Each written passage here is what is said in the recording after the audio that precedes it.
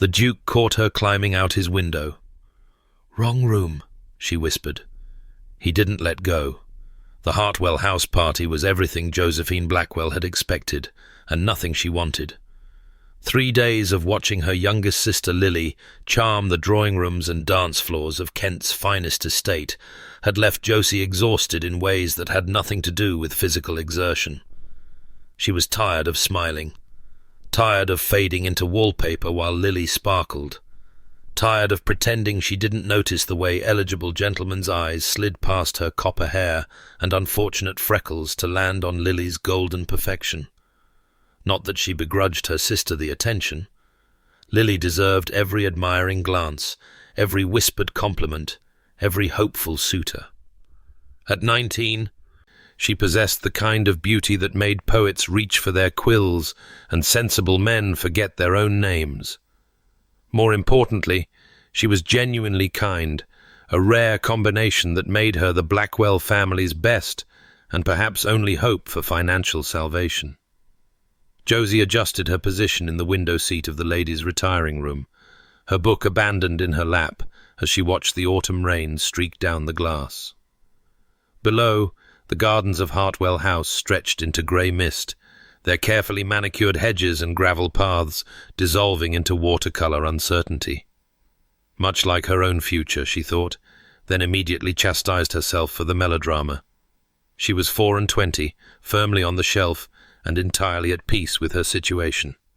She had made her peace with it years ago, when their father's investments had failed and their mother's health had declined, and someone had needed to manage the household accounts and stretch their meagre income and ensure the younger girls had gowns for their seasons, even if Josie herself wore the same 3 dresses until they nearly fell apart. She was the sensible one, the practical one, the one who never complained and never wanted and never, ever did anything reckless. "There you are." Lily swept into the retiring room in a cloud of rose perfume and sprigged muslin, her cheeks flushed becomingly from dancing. "I've been looking everywhere. Mr. Price has asked me to walk with him tomorrow if the rain stops, and I wanted to ask if you thought Josie... Are you quite well? You look pale." "I'm fine." Josie summoned a smile. "Merely tired." "You know I don't sleep well in strange houses." "You don't sleep well anywhere." Lily perched on the window seat beside her, heedless of crushing her gown. "You worry too much. About me? About the household accounts? About whether cook has ordered enough flour for the month?" "Someone has to worry about the flour." "Yes, but it doesn't always have to be you." Lily took her hand, her expression suddenly serious. "Josie, I want you to know when I marry Mr. Price, I'm going to make sure you're taken care of. You won't have to be a governess or a companion or any of those dreadful things. You'll live with us, and you'll never have to count pennies again." The casual certainty of it when I marry Mr. Price made Josie's heart clench with mingled hope and fear. Edmund Price was wealthy, well-connected, and apparently besotted with Lily. Their mother had wept with relief when his intentions became clear. Their father had actually smiled, something he rarely did anymore since the investments had failed. Everything depended on this match. Everything. "That's very kind," Josie said carefully, "but let's not count our chickens before they've hatched. Mr. Price hasn't proposed yet." "He will." Lily's confidence was absolute. "He told Lady Hartwell he intends to speak with Papa before the house party ends. Can you imagine? Me, mistress of Ashford Park? It's like something out of a novel." It was, Josie thought. Perhaps too much like something out of a novel, the kind where naive heroines discovered too late that charming suitors had ulterior motives. But she pushed the uncharitable thought aside. She had no reason to distrust Edmund Price beyond a vague sense that his smiles were too practiced and his compliments too smooth. "I'm happy for you," she said, and meant it. "Truly." Lily squeezed her hand. "I know you are. You're the best sister anyone could ask for." She glanced toward the door, where the sounds of music and laughter drifted from the ballroom below. "I should get back. Lord Ashby promised me the next dance, and you know how he sulks if one keeps him waiting." Lord Ashby. Another of Lily's admirers, though a less suitable one, a baron's son with more charm than fortune, and a reputation for wildness that made careful mammas steer their daughters away. Josie had noticed him watching Lily with an intensity that bordered on predatory, but Lily seemed oblivious, treating his attention as nothing more than flattering tribute. "Be careful with Lord Ashby," Josie heard herself say. "I don't trust him." Lily laughed. "You don't trust anyone. It's your fatal flaw, you know. Not everyone has hidden motives, Josie. Some people are exactly what they seem." She kissed Josie's cheek and swept out, leaving behind a faint trace of rose perfume and a heavy silence. Josie returned her gaze to the rain-streaked window, her book forgotten. Some people are exactly what they seem. It was a lovely sentiment, the kind of thing one embroidered on samplers and believed when one was 19 and beautiful and had never been disappointed by the world. Josie had been disappointed by the world. She had watched her father's face when he admitted his investments were gone.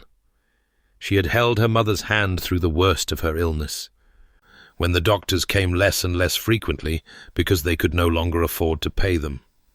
She had worn the same worn boots for 3 winters because new boots meant her sisters went without music lessons. She knew, with the bone-deep certainty of experience, that people were rarely what they seemed. But what did it matter? Lily was happy. Mr. Price was attentive. The match would save them all. And Josie would go on being sensible and practical and invisible, because that was who she was. That was all she had ever been. She opened her book and pretended to read. The retiring room grew cold as the evening progressed, but Josie remained in her window seat, preferring solitude to the performance required in the public rooms below. She had made her required appearances, a few dances with elderly gentlemen too polite to refuse the plain eldest daughter, a conversation about embroidery with Mrs. Hartwell that had numbed her brain, a glass of tepid lemonade consumed in a corner while watching Lily shine. Now, blessedly alone, she could drop the mask. The candles had burned low, and the rain had stopped when she heard the voices. They came from the hallway beyond the retiring room door, which stood slightly ajar. Male voices, low and intimate, clearly unaware they were being overheard. Josie would have ignored them. Gentlemen often said things in private they would never say in company. But then she heard Lily's name. "Practically falling into my hand. Another week, 2 at most, and I'll have her." Edmund Price's voice. Josie went very still, her book sliding unnoticed from her lap. £100 says you can't. Lord Ashby, lazy and amused. The sister watches her like a hawk. You won't get a moment alone with her. The sister is nothing, plain as a pike and twice as dull. She'll fall asleep at her post eventually, and when she does what? You'll steal a kiss? Hardly worth £100. A low laugh that made Josie's blood run cold. Who said anything about a kiss? I intend to thoroughly compromise little Miss Lily Blackwell. 1 night in my bed, and she'll have no choice but to marry me or be ruined beyond repair. Josie pressed her hand to her mouth, bile rising in her throat. And if she chooses ruin? Ashby sounded intrigued rather than appalled. The family has nothing. She'd be destroyed. Then she's destroyed. Either way, I win the wager. Papers rustled. I wrote it down, you know. Signed and witnessed. Can't have you weaseling out when I claim my prize. Always so thorough. Ashby's voice faded as they moved down the hallway. Though I still think I could get to her first if I really tried. Their words dissolved into the general murmur of the house, but Josie had heard enough. She sat frozen in the window seat, her mind racing.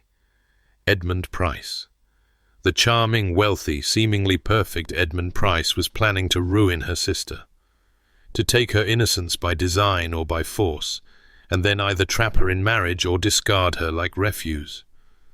And there was a wager, a written, signed, witnessed wager that proved his intentions were malicious rather than merely opportunistic.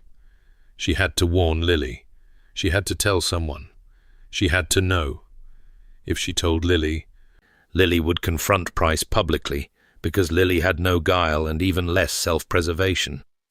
There would be a scene, denials and accusations and scandal, and even if Price were exposed, Lily would be tainted by association. The whispers would follow her forever.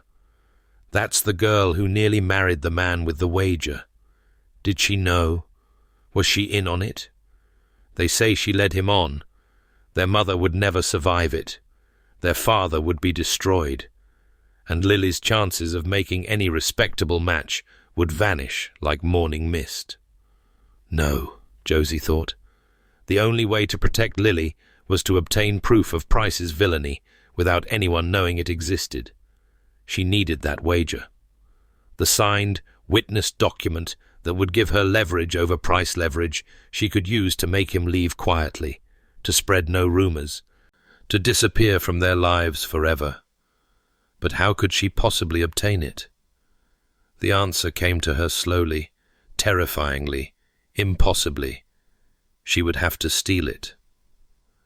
By the time the house fell silent, Josie had formulated a plan so reckless it would have been laughable if the stakes weren't so high. Lord Ashby was staying in the East Wing, second floor. She had overheard this from a maid that morning, complaining about the extra stairs. Price had mentioned giving the written wager to Ashby for safekeeping evidence of their agreement, insurance against either party claiming the bet had never been made. The document would be in Ashby's room, probably in his writing desk or travelling case. All Josie had to do was find it.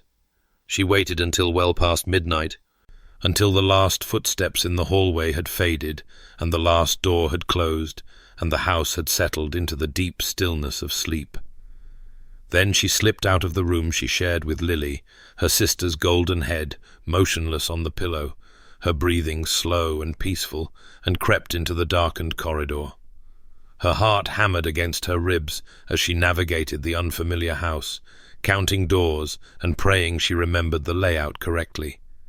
The East Wing, second floor, third door on the left. Or was it the fourth? The hallway stretched before her, identical doors marching into shadow. Moonlight filtered through a window at the far end, providing just enough illumination to see by. Josie pressed her hand to her chest, willing her racing pulse to slow. She had never done anything like this. She had never even considered doing anything like this. She was practical Josie, sensible Josie, the one who followed rules and avoided risks and never, ever stepped out of line. But if she didn't act, Lily would be destroyed. Third door. She was almost certain it was the third door. She tried the handle. Locked. Fourth door, then. Please let it be the fourth door. The handle turned under her fingers, and she slipped inside, closing the door soundlessly behind her. The room was dark, the curtains drawn against the moonlight, but she could make out the shapes of furniture, a bed against one wall, a wardrobe, a writing desk near the window. The writing desk.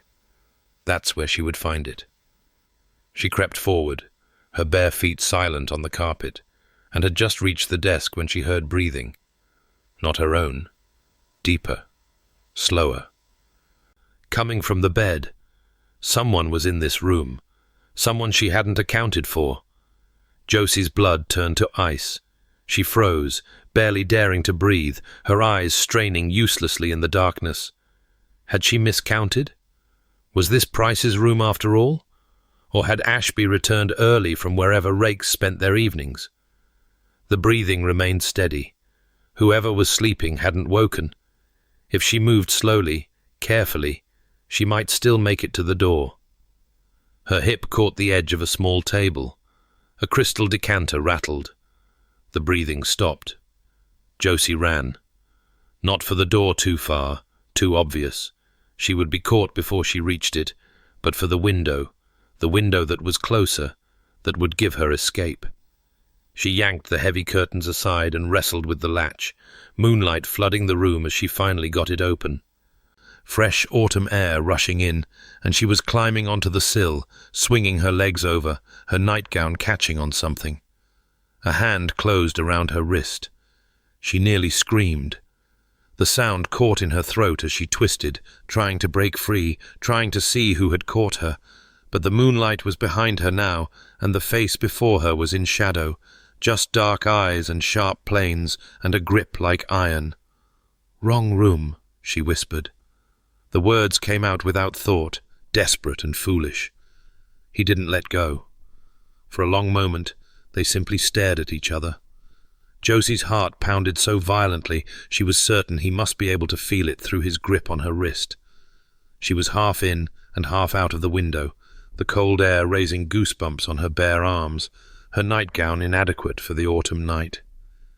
One leg was still inside the room, tangled in curtain fabric. The other dangled over a 2-story drop to the garden below. "Wrong room," the man repeated. His voice was low, controlled, utterly without warmth. "An interesting excuse for a woman climbing out of a stranger's window in her nightclothes." Josie's racing mind finally caught up with her racing heart. The voice. She knew that voice. She had heard it only once, from across a crowded drawing room, declining an invitation to dance with such cold finality that the unfortunate young lady who'd asked had burst into tears. The Duke of Thornwood. She had stumbled into the wrong room entirely. Not Ashby's, not Price's, but the rooms of the most forbidding, most unapproachable, most terrifying man at the house party. A man who had spent 3 days speaking to no one, scowling at everyone, and making it abundantly clear he wished to be anywhere else. "I can explain," she said, which was a lie. She couldn't explain, not without revealing everything. "I very much doubt that." His grip on her wrist remained firm but not painful, holding her in place without crushing. "But I find myself curious to hear you try." He was in his shirt sleeves, she realized. No coat, no waistcoat, just a white linen shirt that gleamed in the moonlight, and close-fitting trousers and boots, as if he had been about to go out, or had only just returned. His dark hair was disheveled, his jaw shadowed with stubble. He looked nothing like a duke, and everything like a man who might do anything. "Please let me go," she whispered. "I'll leave, and we'll pretend this never happened, and you'll never see me again." "You're Miss Blackwell." The words stopped her cold. "You know who I am?" "I know everyone at this party. I make it my business to know." He tilted his head, studying her with those dark, unreadable eyes. "The eldest daughter, the chaperone, the one who sits in corners with books and pretends not to be watching everyone. I don't. You do. I've observed you." He paused. "You observe me, too. Everyone does. But you're the only one who doesn't look away when I catch you at it." Josie felt heat creep into her cheeks. She had looked at him. She had been unable not to look at him, this dark, cold stranger who moved through the glittering house party like a shadow, who radiated danger and solitude and something that pulled at her despite her best intentions. But she had always looked away. She was certain of it. "You're imagining things," she said. "I never imagine things. I find reality sufficiently tedious without inventing more of it." His grip on her wrist shifted, adjusting rather than releasing. "Now, you're going to come inside before you fall to your death, and you're going to tell me exactly why I found you climbing out my window at 2 a.m. And you're going to tell me the truth, Miss Blackwell, because I assure you I will know if you're lying." He pulled her inside. Josie stumbled over the windowsill, catching herself on the edge of the desk as he released her wrist. She immediately backed away from him, putting the desk between them, her hand pressed to her heart. "This is improper," she said. "I shouldn't be here." "If anyone discovers, then you should have thought of that before you broke into my room." He crossed his arms, leaning against the bedpost, with an ease that suggested he was perfectly comfortable with this surreal situation. "Explain." "I told you I can't." "You can. You will." Those dark eyes held hers, unblinking. "I could summon the household. Tell them I found a woman in my room in the middle of the night. Your reputation would be destroyed. Your sister's prospects would collapse. Your entire family would be finished in society." The blood drained from Josie's face. "You wouldn't." "I would rather not." A flicker of something that might have been frustration crossed his granite features. "But I am not in the habit of allowing midnight intruders to scamper away without explanation. So unless you would prefer to have this conversation in front of Lady Hartwell and the assembled guests, I suggest you start talking." She believed him. That was the terrible thing. Looking into those cold, beautiful eyes, she believed he would do exactly as he threatened. And so Josie did something she had never done before in her careful, controlled, sensible life. She told the truth. The story poured out of her in a tumbled rush: Edmund Price and Lord Ashby, the wager, Lily's innocence and their family's precarious finances, everything Josie had overheard, and everything she feared. She told him about her father's failed investments, and her mother's fragile health, and her sister's futures hanging by a thread.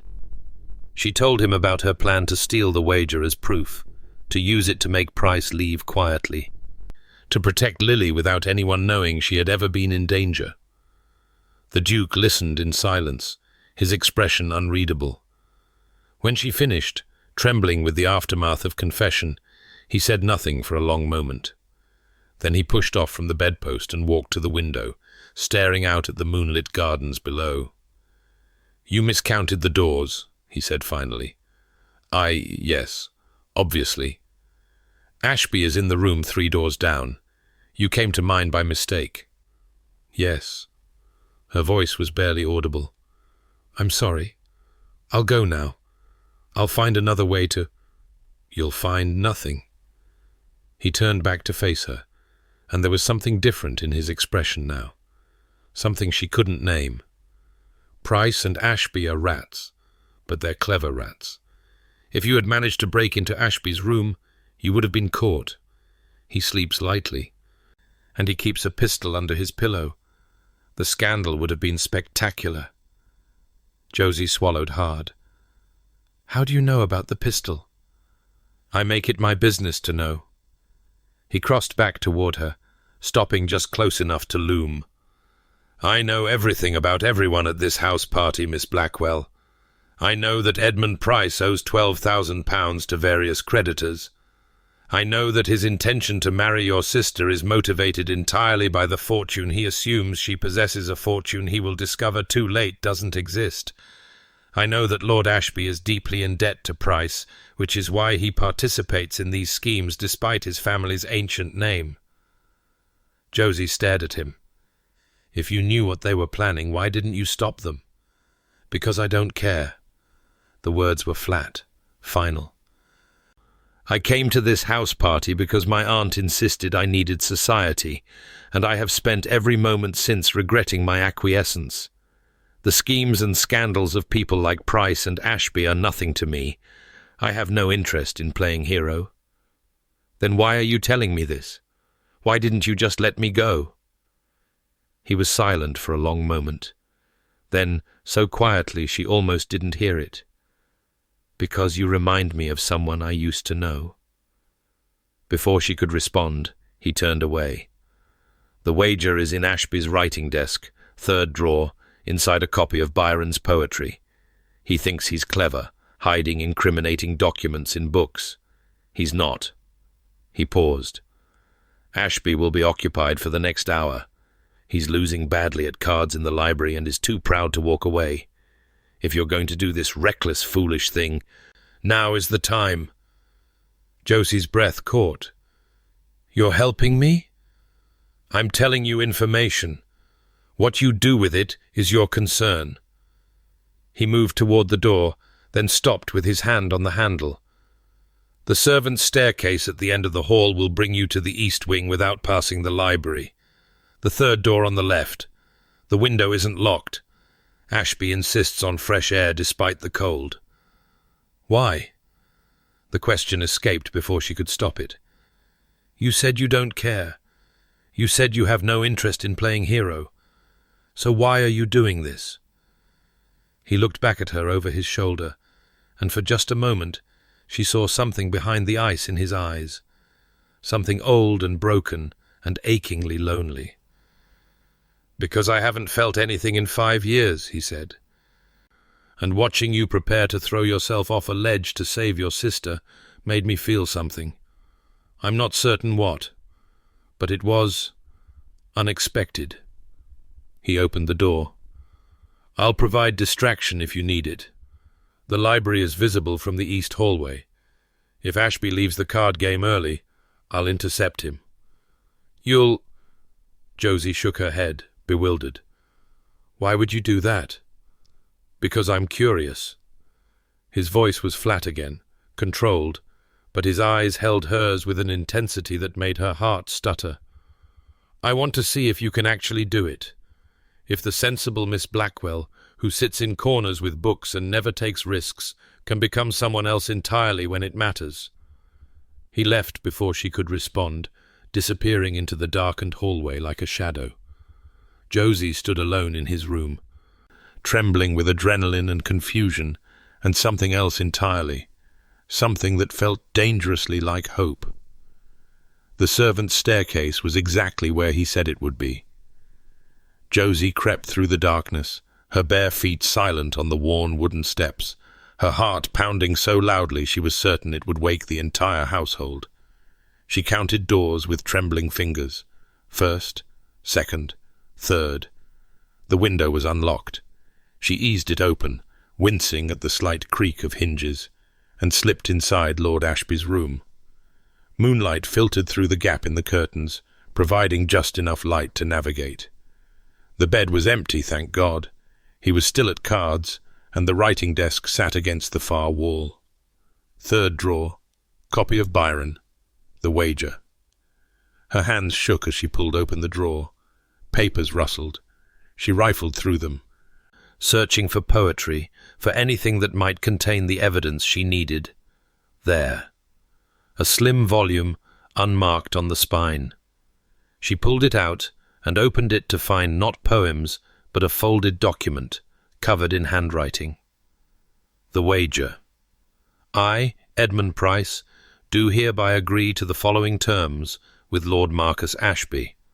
A sum of £100 to be paid to whichever party first succeeds in thoroughly compromising Miss Lily Blackwell of Hampshire, with compromise defined as... Josie didn't read the rest. She couldn't bear to.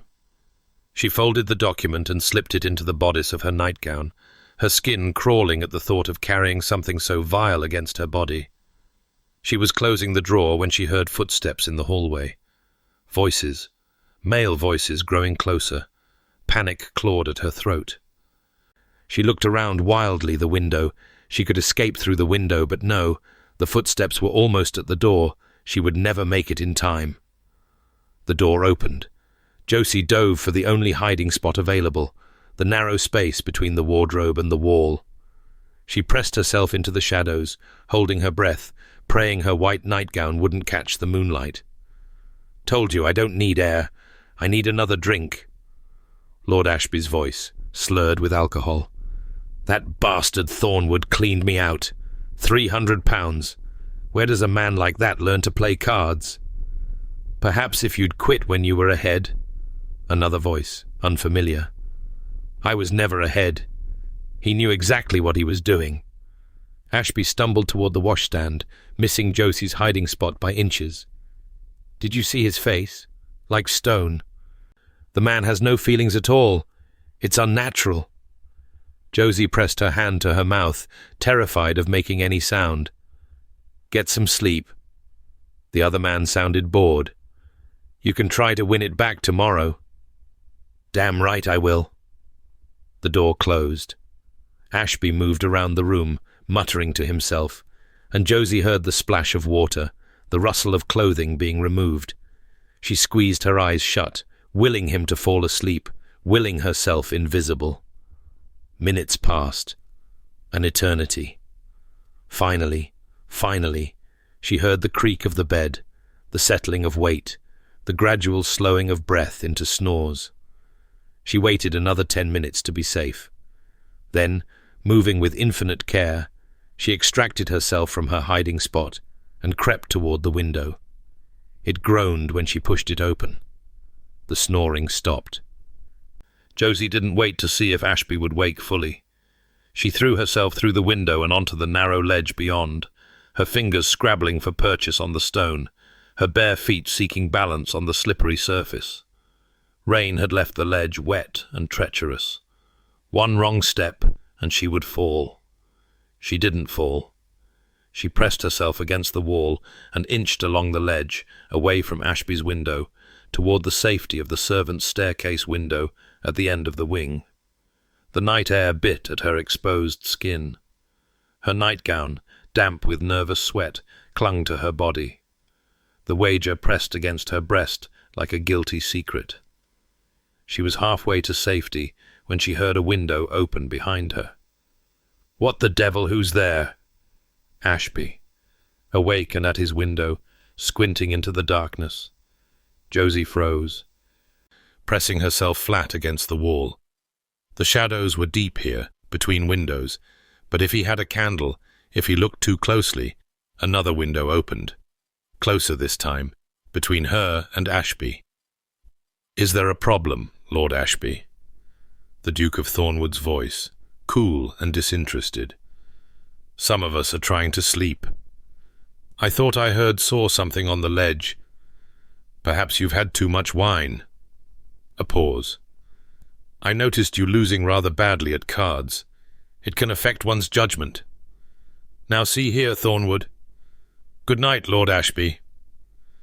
The Duke's window closed with a decisive click. Josie heard Ashby mutter something profane, then his window closed as well. She waited, trembling, until silence settled over the wing once more. Then she continued her careful journey along the ledge until she reached the staircase window and tumbled inside. She sat on the cold wooden steps, her back against the wall, her whole body shaking with delayed terror and wild, improbable relief. She had done it. She had actually done it. The wager was in her possession. Lily was safe. And the Duke of Thornwood, the Stone Duke, the man who claimed to feel nothing, had just saved her life. She found him waiting in the hallway outside her room. Josie stopped short at the sight of him, her hand flying to her throat where the wager was still concealed. He was leaning against the wall with his arms crossed, looking for all the world like he had been there for hours, though she knew that was impossible. "You succeeded," he said. It wasn't a question. "Yes." Her voice came out hoarse. "I have it.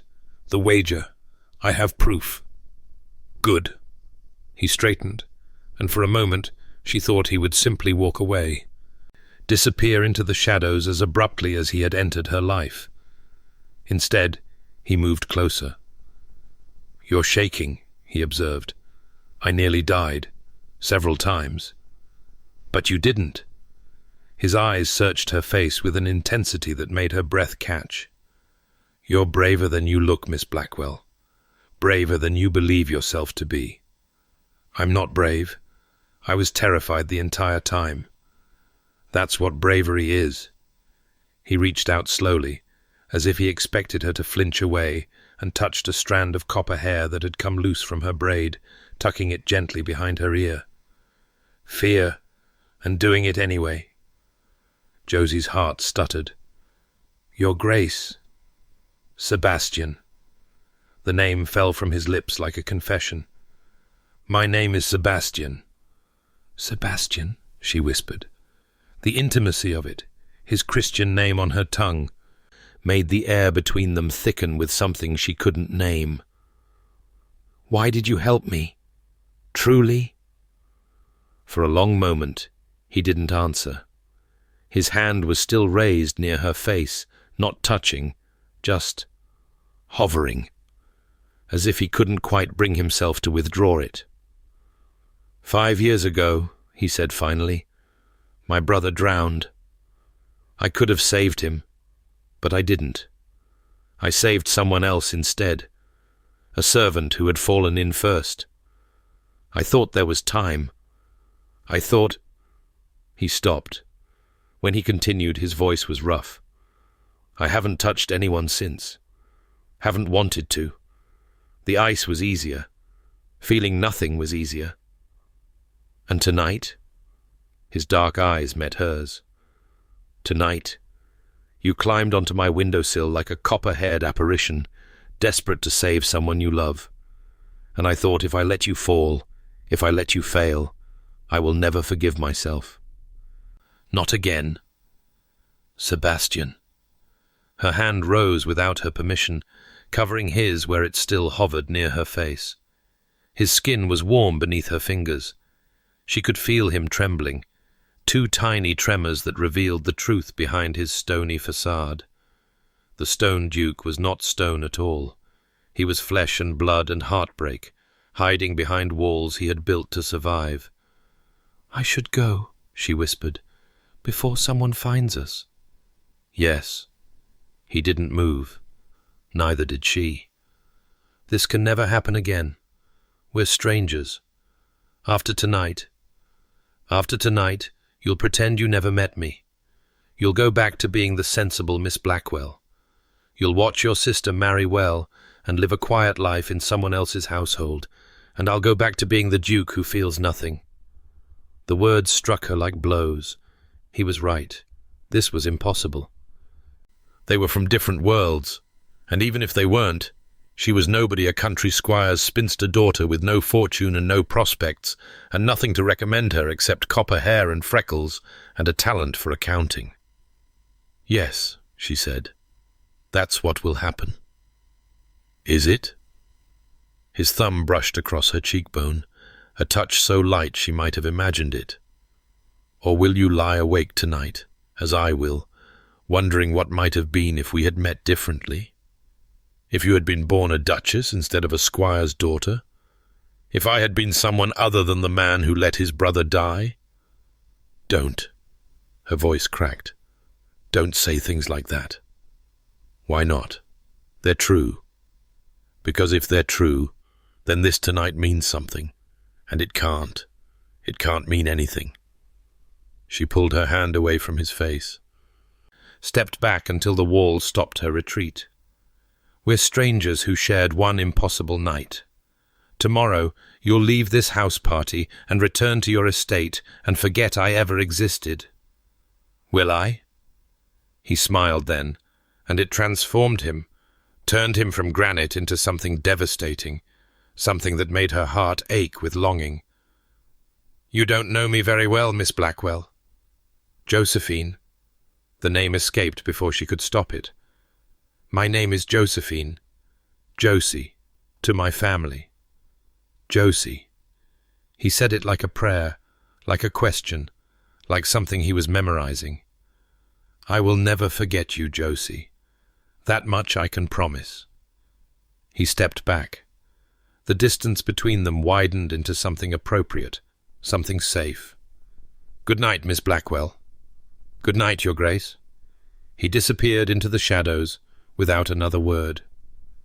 Josie slipped into her room and pressed her back against the closed door, her whole body trembling with something that felt dangerously like grief.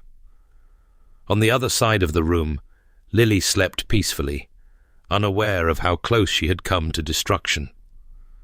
In the morning, Josie would find Edmund Price and show him the wager and watch his face go pale with shock and fear.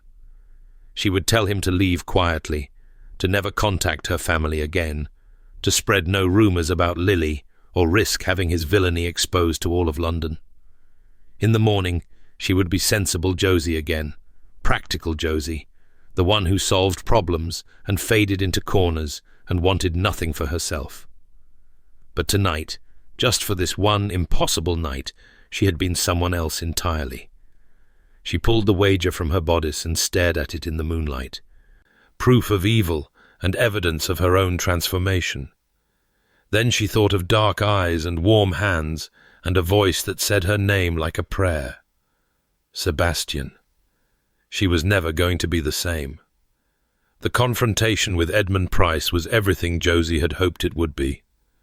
She found him in the breakfast room the next morning, looking smug and well-rested, his golden hair perfectly arranged and his smile perfectly charming. Other guests drifted in and out, but Josie waited until the room was nearly empty before approaching.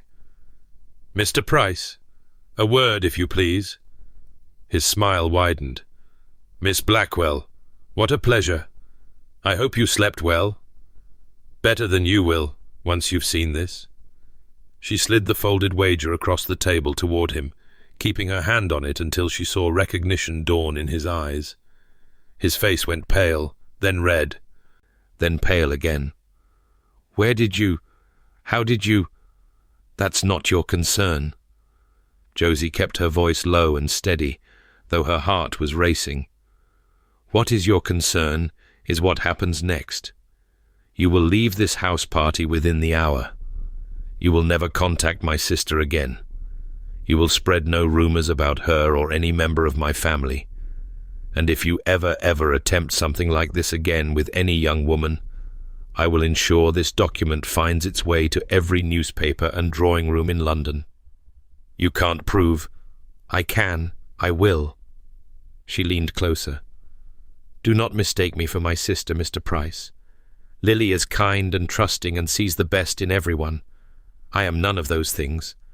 I see exactly what you are, and I will not hesitate to destroy you if you force my hand." For a long moment, Price simply stared at her, his handsome face twisted with impotent fury. Then, with a jerky nod, he rose from his seat. "You've made an enemy today, Miss Blackwell."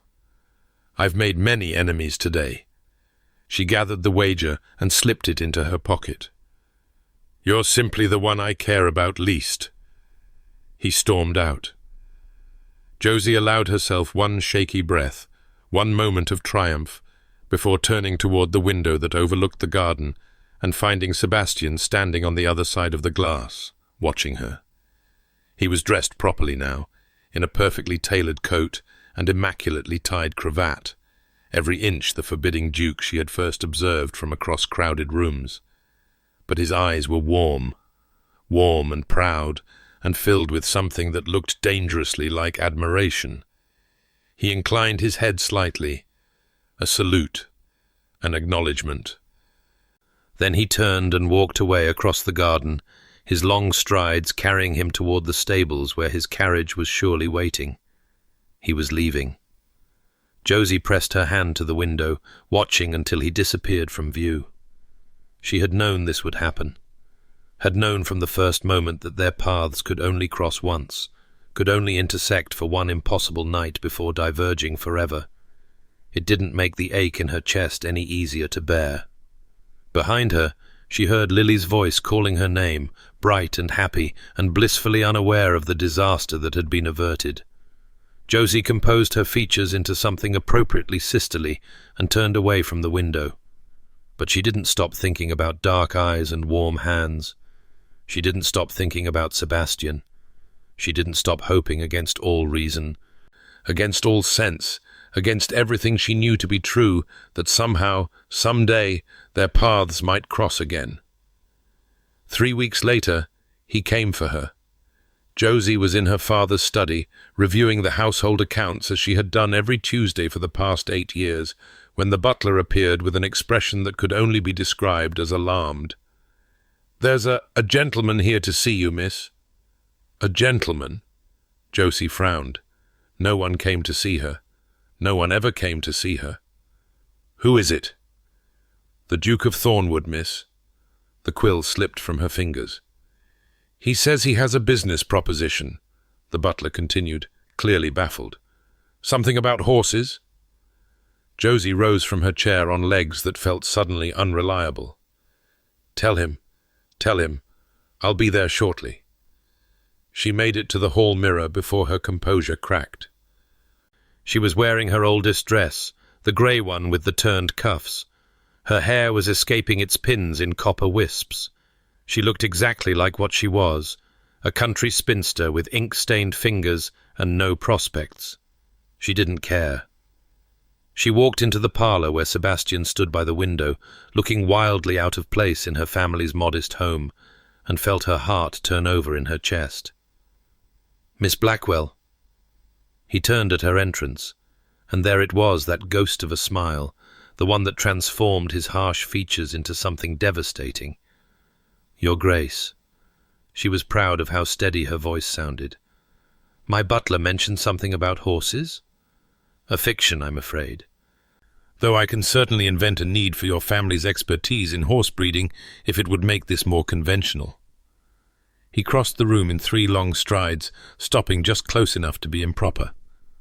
"I lied to myself for 3 weeks, Josie. Told myself I would forget you.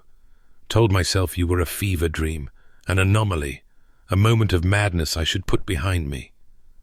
And," the word came out as a whisper, "and I was wrong." He reached for her hand, and she let him take it, let him press her ink-stained fingers to his lips. "I don't want to forget you. I don't want to go back to feeling nothing. I want—" He stopped, and she saw vulnerability in his eyes for the first time. True vulnerability, open and terrified. "What do you want?" she asked. "I want you to come to Thornwood Abbey. I want you to help me bring it back to life. I want—" He drew a shaky breath. "I want the chance to see if this impossible thing between us might become something real." Josie stared at him. "You're asking me to what? Be your secretary? Your housekeeper?" "My partner." His grip on her hand tightened. "I won't insult you with a position that has no title, but I find myself with an estate that needs managing and a heart that needs thawing, and I can think of no one I would rather have at my side for either task." It was madness, scandal, career as a spinster over, reputation in tatters, everything she had built crumbling into chaos. It was everything she had never allowed herself to want. "Yes," she said. Sebastian's smile broke across his face like sunrise, and when he kissed her properly, thoroughly, in full view of anyone who might be watching, Josie kissed him back with 25 years of stored-up longing. The sensible Miss Blackwell, who sat in corners with books and never took risks, was gone forever. In her place stood a woman who had climbed out the wrong window and into exactly the right life. Thornwood Abbey rose from the Yorkshire moors like a monument to grief. Josie pressed her face to the carriage window as the estate came into view, her breath fogging the cold glass. She had prepared herself for grandeur. Sebastian was a duke, after all, and dukes did not live in modest country houses like her father's. But nothing could have prepared her for this. A sprawling Gothic edifice of dark stone and countless windows, its towers reaching toward a sky the colour of pewter, its grounds stretching endlessly into mist-shrouded moorland. It was beautiful. It was terrifying. It looked exactly like its master, cold and forbidding on the outside, with secrets hidden in every shadow. "You're very quiet." Sebastian's voice broke the silence that had stretched between them for the past hour. He sat across from her in the carriage, watching her with those unreadable dark eyes. "Having second thoughts?" "Third and fourth thoughts, if I'm honest." Josie turned from the window to face him. "Your home looks like something out of a Gothic novel. Should I expect a mad wife in the attic? A ghostly nun wandering the corridors?" His lips twitched, not quite a smile, but close. "No mad wives. The ghostly nun, however, is entirely real. She appears every 3rd Tuesday in the East Wing, moaning about the dissolution of the monasteries." "You're joking." "I never joke about supernatural phenomena." He leaned forward, and suddenly the distance between them felt much smaller. "Are you frightened, Josie?" "Terrified," she admitted. "But I've discovered recently that fear and I are better acquainted than I thought. We've come to an understanding." "What sort of understanding?" that it can come along for the journey, but it doesn't get to drive the carriage." This time he did smile, that rare, devastating expression that transformed his harsh features into something that made her heart stutter. "You continue to surprise me, Miss Blackwell." "Josie," she corrected.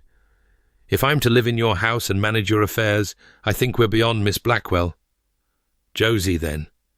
He said her name like he was tasting it, savouring each syllable. "And you must call me Sebastian, at least when we're alone." When we're alone. The words hung between them, heavy with implication. They had been alone together exactly twice that first impossible night at the Hartwell house party, and the afternoon he had arrived at her father's home to steal her away. Both times, propriety had been bent nearly to breaking. Both times, she had felt herself becoming someone new. "Sebastian," she said, testing the name on her tongue. It felt like a secret, like a promise. The carriage rolled to a stop before the Abbey's massive front doors, and Josie's stomach clenched with nervous anticipation. Whatever came next, there was no turning back. She had chosen this. She had chosen him. Now she would have to live with the consequences. The housekeeper was a formidable woman named Mrs. Crawford, whose iron-grey hair and starched apron spoke of decades of service and absolutely no tolerance for nonsense. She greeted Josie with a curtsy that was technically correct, but somehow conveyed deep skepticism. "Miss Blackwell, welcome to Thornwood Abbey." Her eyes swept over Josie's plain travelling dress, her sensible boots, her copper hair escaping its pins after hours in the carriage. "His Grace mentioned you would be taking on some administrative duties." "Yes." Josie straightened her spine, refusing to be intimidated. "I'll be managing correspondence and household accounts, among other things." "Among other things?" Mrs. Crawford's expression remained carefully neutral. "I see. I've prepared a room for you in the East Wing, near His Grace's study. I assumed you would want easy access to the estate records." The implication was clear. She had been given a servant's room, positioned for convenience rather than comfort. Josie felt Sebastian tense beside her, but before he could speak, she stepped forward. "That sounds perfectly sensible, Mrs. Crawford. I prefer practicality over ostentation. And I should mention I noticed the silver candlesticks in the entrance hall need polishing. The wax drippings suggest they haven't been properly tended in several weeks." Mrs. Crawford's eyes widened slightly. The maids have been occupied with—" "I'm not criticizing, merely observing." Josie smiled, and it was not entirely friendly. "I've managed a household on a quarter of this estate's budget. I notice things. I imagine we'll work together beautifully once we understand each other." A long moment passed. Then, slowly, something shifted in Mrs. Crawford's expression. A grudging respect, perhaps, or at least a recognition that she was dealing with someone who could not be easily dismissed. "I'll have the candlesticks seen to immediately, miss." "Thank you, Mrs. Crawford." The housekeeper departed with considerably more warmth than she had arrived, and Josie released a breath she hadn't realized she was holding. When she turned, Sebastian was watching her with an expression she couldn't quite read. "What?" she asked. "You're remarkable." He said it simply, as if stating a fact. 3 minutes in my house, and you've already established dominance over a woman who has terrorized my staff for 20 years. I haven't established dominance. I've established mutual respect. Is there a difference? A significant one. Josie glanced around the cavernous entrance hall, taking in the dark wood panelling, the portraits of stern-faced ancestors, the general atmosphere of elegant gloom. "Your house is beautiful, Sebastian, but it feels dead?" He supplied the word without flinching. "Yes, it has felt that way for 5 years. Since William. William, his brother, the one who had drowned, whose death Sebastian blamed himself for." "Tell me about him," Josie said quietly. "Not how he died, how he lived. Sebastian went very still. For a long moment she thought he wouldn't answer, thought she had pushed too far, too fast, into territory he had marked off limits. Then, he was bright, everyone said so, the clever one, the charming one, the one who could walk into any room and make everyone smile. I was always the serious one, the responsible one, the one who would inherit the title and manage the estates. A pause. He used to say I worked too hard, that I needed to learn how to enjoy life. He was always dragging me away from my ledgers, insisting I join him for some adventure or another. He sounds wonderful. He was. Sebastian's voice cracked slightly on the words. And I let him die. Josie reached out and took his hand. He flinched at the contact, but didn't pull away. No, she said firmly. You made an impossible choice in an impossible moment, and you have punished yourself for it every day since. That's not the same as letting him die. You don't know what happened. You don't know. I know you. She squeezed his fingers. I've known you for 3 weeks, Sebastian, and I already know this. You are not a man who would let anyone die if you could prevent it. Whatever happened that day, whatever choice you made, it wasn't because you didn't care. It was because you cared too much and couldn't save everyone. He stared at her for a long moment, something raw and wounded flickering in his dark eyes. Then, with a shuddering breath, he lifted her hand to his lips. You shouldn't be here, he murmured against her knuckles. You should be somewhere safe and bright and happy, not in this mausoleum with a man who has forgotten how to feel. Perhaps, but I'm here anyway. Josie smiled up at him. And I have no intention of leaving until this house feels like a home again, whether you like it or not. Her room in the east wing was small but comfortable, with a narrow bed, a writing desk, and a window that overlooked the moors. Mrs. Crawford had provided fresh linens and a pitcher of hot water, and someone she suspected, the younger housemaid with the sympathetic eyes, had placed a small vase of wildflowers on the nightstand.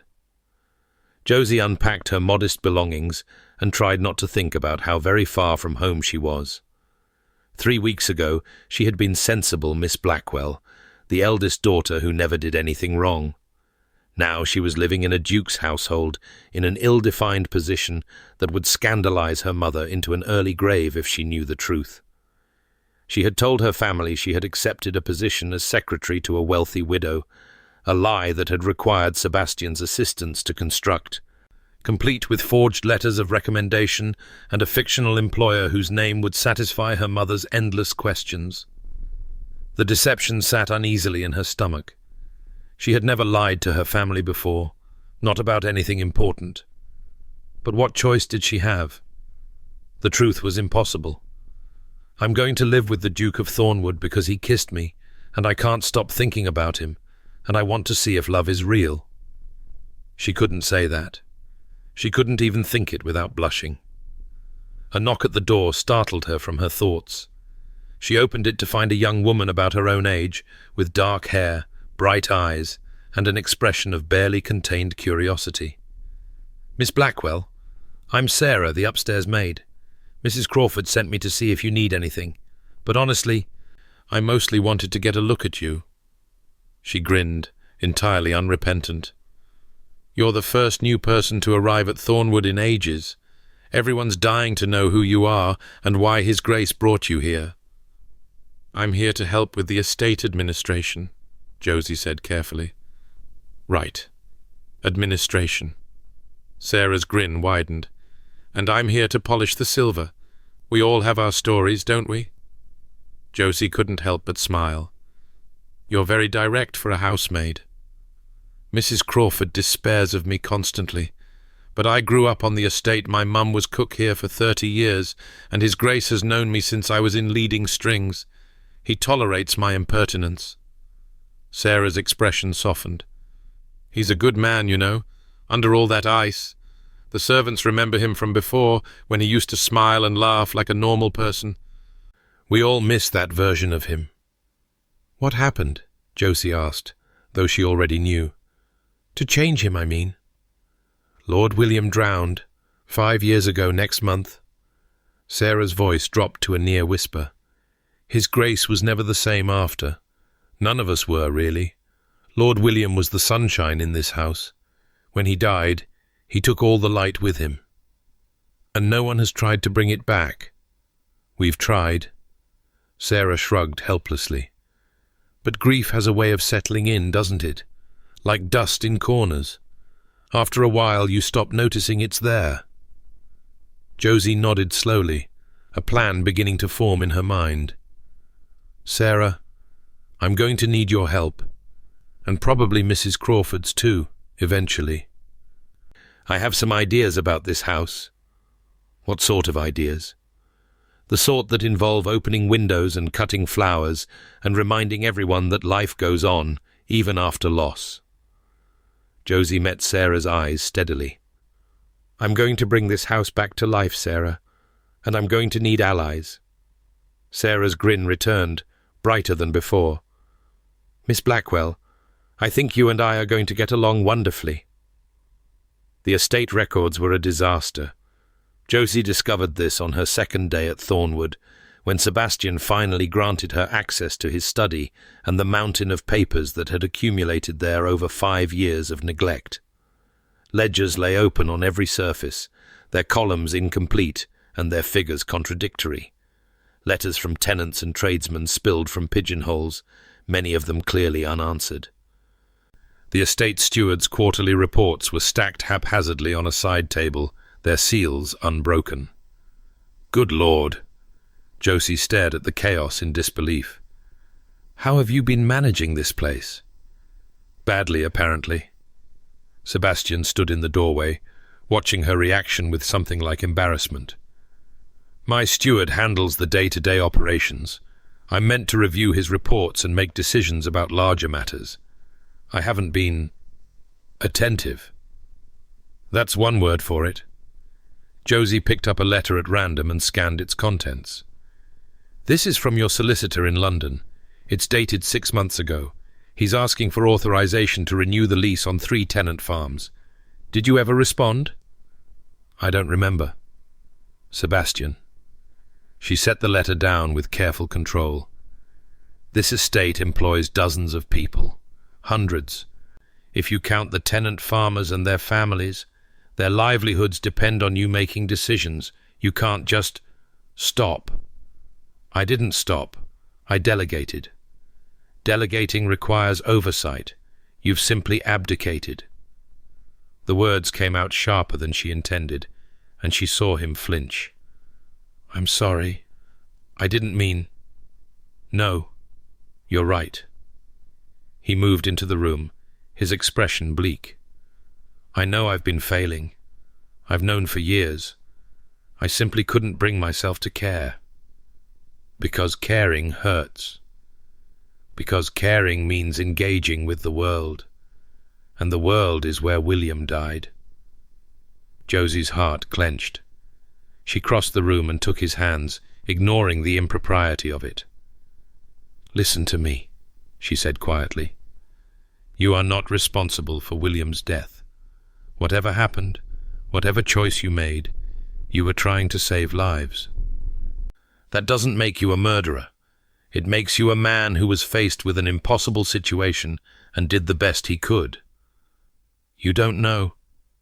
"Then tell me." She squeezed his fingers. "Tell me what happened. Stop carrying this weight alone." For a long moment, he was silent.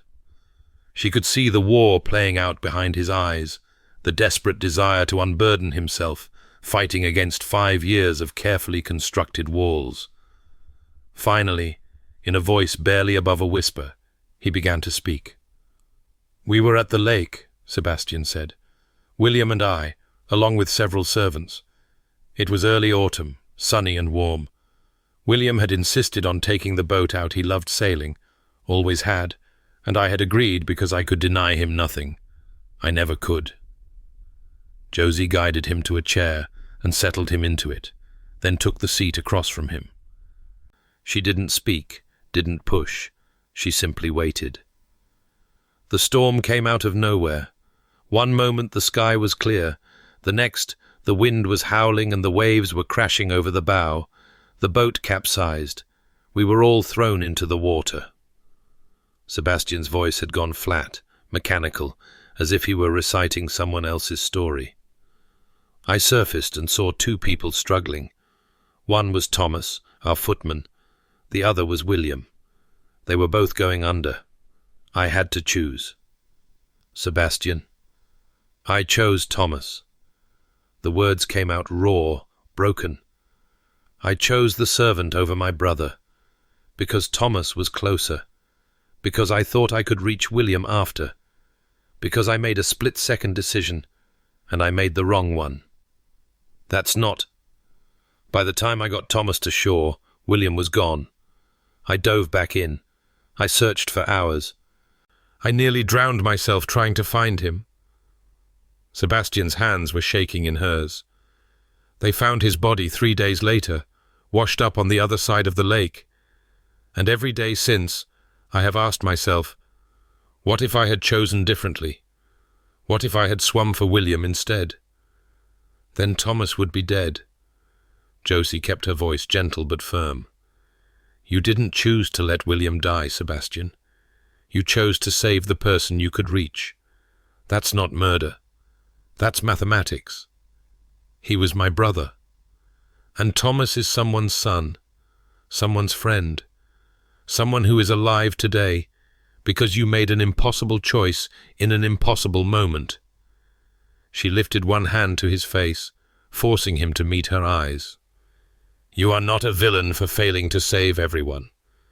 You are a hero for saving anyone at all. I don't feel like a hero. Heroes rarely do. She traced her thumb across his cheekbone, feeling the tension in his jaw. You feel like a man who has been drowning in guilt for 5 years, and I think it's time someone taught you how to swim again. He stared at her for a long moment. Then, slowly, something in his expression shifted a crack in the ice, a glimpse of something warm beneath.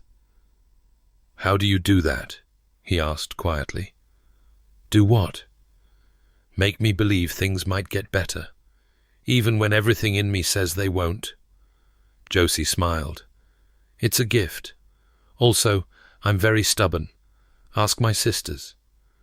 I would like to meet them someday. Your sisters. Perhaps you will. She released his face and sat back, trying to restore some semblance of professional distance. But first we have work to do. This estate isn't going to manage itself, and I refuse to let you hide in your grief while good people suffer the consequences. Sebastian's lips twitched. You're quite bossy, you know. I prefer assertive. Now, shall we start with the tenant reports or the solicitor's correspondence? The tenants. If their leases haven't been renewed, they must be terrified of eviction. Good choice. Josie reached for the first stack of papers, her heart lighter than it had been in weeks. Let's begin. The work was absorbing, consuming, exactly what Josie needed to distract herself from the fact that she was living in a duke's house and falling more deeply in love with him every day. Because she was falling. There was no denying it now. It happened in small moments, the way Sebastian's brow furrowed when he concentrated on a difficult letter, the way he unconsciously reached for her hand when bad news arrived, the way he actually laughed when she made a particularly sharp observation about the estate steward's creative accounting. It happened in long afternoons spent side by side at his desk, their shoulders nearly touching as they reviewed reports. It happened in quiet evenings in the library, when he read aloud from his favorite books, and she pretended not to notice how beautiful his voice was. It happened when he looked at her like she was something precious, something worth protecting. You're staring again, Sebastian said without looking up from his letter. Josie startled. I wasn't staring. I was thinking. You were thinking while staring at my face. I could feel it. You're very arrogant for a man who hasn't answered his solicitor in 6 months. I've answered 3 solicitors' letters this week alone. I think I've earned the right to a little arrogance." He set down his pen and turned to face her fully. "What were you thinking about?" "That I love you. That I want to spend the rest of my life in this room, doing exactly this, forever." "I was thinking about the estate accounts," she lied. "Your income exceeds your expenditure by a significant margin. You could afford to make improvements." "What sort of improvements?" "The tenant cottages need new roofing. Several of the farm buildings are in poor repair, and the village school lost its teacher last year and hasn't been able to find a replacement because the salary is too low." She watched his face carefully. "You could change lives, Sebastian. Real, tangible change. All it would take is money you're not even using." He was quiet for a moment. Then, "You've thought about this a great deal. I told you. I notice things." "So you did?" He rose from his chair and moved to the window, staring out at the grey Yorkshire sky. "My father believed that charity encouraged laziness. He kept the estate profitable by keeping expenditures low. I've simply continued his policies." "Your father sounds charming." "He was a bastard, actually. Cold, cruel, obsessed with legacy." Sebastian's voice was flat. "He preferred William because William was charming and easy to love. I was merely useful." Josie's heart clenched. "Sebastian, don't." He held up a hand. "I don't want your pity. I'm simply explaining why I've allowed this place to stagnate. It's what I was trained to do. Maintain, preserve. Don't change anything that might disturb the order of things. But that's not who you are." She rose and went to him, standing close enough to feel the warmth of his body. "I've seen who you are, Sebastian. You're a man who saves servants from drowning, a man who helps strange women retrieve stolen wages from villains, a man who crosses half of England to offer a country nobody a position she wasn't qualified for, just because he couldn't stop thinking about her." He turned to face her, and she saw surprise in his eyes. "I never said I couldn't stop thinking about you. You didn't have to." She smiled up at him. "I notice things, remember?" The air between them thickened. His hand rose to her face, fingers tracing the line of her jaw with devastating gentleness. "Josie." Her name was a question, a plea, a warning all at once. "We shouldn't. I know. If anyone discovered, I know. I can't offer you anything. Not really. Not without destroying your reputation and my family's expectations and—" She kissed him. It was impulsive and reckless and everything sensible Josie Blackwell would never have done. But sensible Josie was gone, transformed by midnight escapades and impossible choices and weeks of falling hopelessly in love with a man who believed himself unworthy of it. Sebastian froze for a heartbeat. Then his arms came around her, and he kissed her back with 5 years of hunger, of loneliness, of desperate wanting finally set free. His mouth was hot against hers, demanding and giving in equal measure, and Josie felt herself dissolving into sensation. When they finally broke apart, both breathing hard, his forehead rested against hers. "That was inadvisable," he murmured. "Completely." She was trembling. "Shall we do it again?" His laugh was low and rough. "God, yes." He kissed her again, gentler this time. One hand tangled in her copper hair, while the other pressed against the small of her back. She melted into him, lost in the taste of him, the feel of him, the absolute rightness of being in his arms. A knock at the study door sent them springing apart like guilty children. "Your Grace," Mrs. Crawford's voice came through the wood. "Your cousin has arrived. He's waiting in the drawing room." Sebastian's expression shuttered. "Tell him I'll be down shortly." "Yes, Your Grace." Footsteps retreated down the hallway. In the silence that followed, Josie watched Sebastian's face close off, walls rising where moments ago there had been openness. "Your cousin," she said carefully, "Lord Marcus Ashworth, my father's nephew, the presumptive heir to the dukedom, at least until I produce a legitimate son."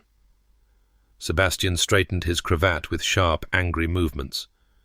"He visits every few months to remind me of my failures and hint that I should either marry someone appropriate or do him the favor of dying. He sounds delightful. He's a vulture." Sebastian turned to face her, and she saw something like fear in his eyes.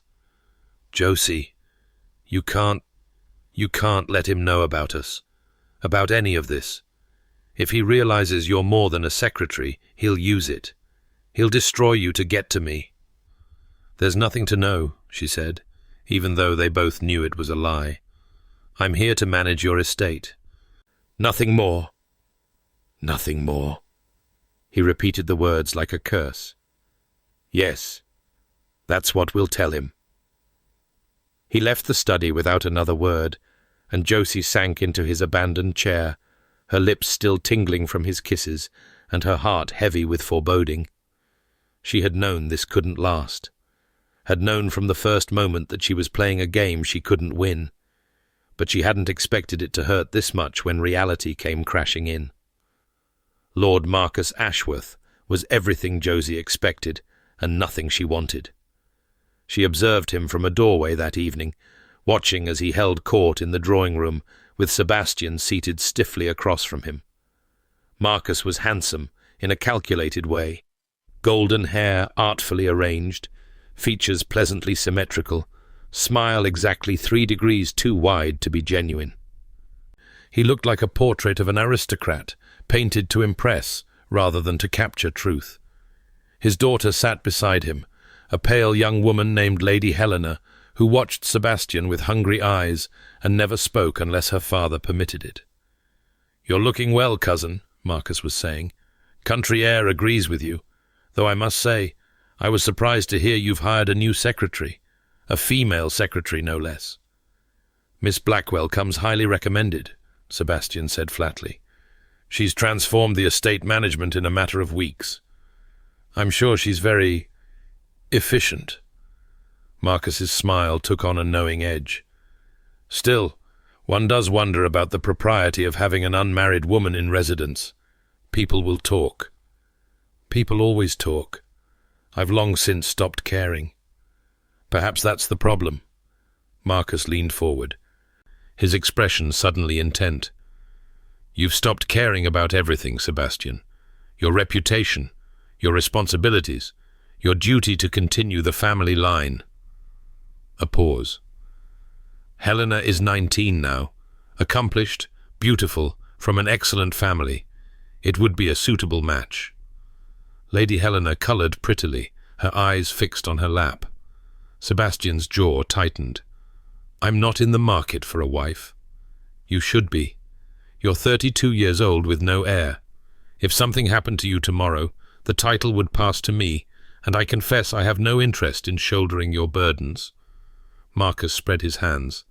"Marry Helena. Secure the succession. Then you can retreat to your moors and brood in peace." "I'll take it under advisement." "Do." Marcus rose, pulling Helena up with him. "We'll be staying through the end of the month. Lady Harriet has graciously offered us rooms in the Dower House. I look forward to continuing this conversation." He swept out, Helena trailing behind like a pale ghost. Josie stepped back into the shadows as they passed, her heart pounding.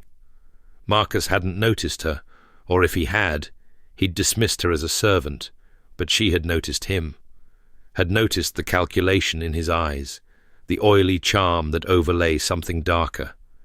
He was dangerous, and he wanted Sebastian's dukedom. The next 2 weeks were an exercise in careful deception. Josie threw herself into her work, maintaining rigid professional distance whenever Marcus or Helena might be watching. She kept to her room in the East Wing, took meals in the servants' hall, and avoided any situation that might suggest she was more than a glorified clerk. It was agony. Sebastian, for his part, played his role with grim determination. He entertained his cousin with cold politeness, allowed Lady Helena to flutter around him at dinner parties, and gave no indication that his secretary was anything more than useful furniture. But sometimes, late at night, Josie would hear footsteps outside her door, hesitant, lingering, and know that he was fighting the same battle she was. It was Lady Harriet who finally broke the stalemate. Sebastian's aunt lived in the dower house on the edge of the estate, a woman of 70-odd years with sharp eyes and absolutely no patience for foolishness. She had invited Josie to tea on her third day at Thornwood, and had spent the entire visit asking pointed questions about her family, her education, and her intentions toward my nephew, who is too foolish to recognize a treasure when it falls into his lap. Josie had liked her immediately.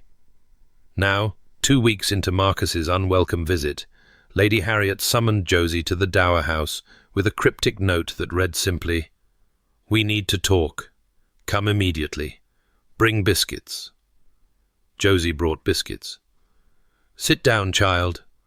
Lady Harriet waved toward a comfortable chair by the fire. "And stop looking so nervous. I'm not going to eat you." "I wasn't aware I looked nervous." "You look like a rabbit who's just noticed a fox. It's quite unbecoming for a woman who climbed out of my nephew's window to steal evidence from a villain."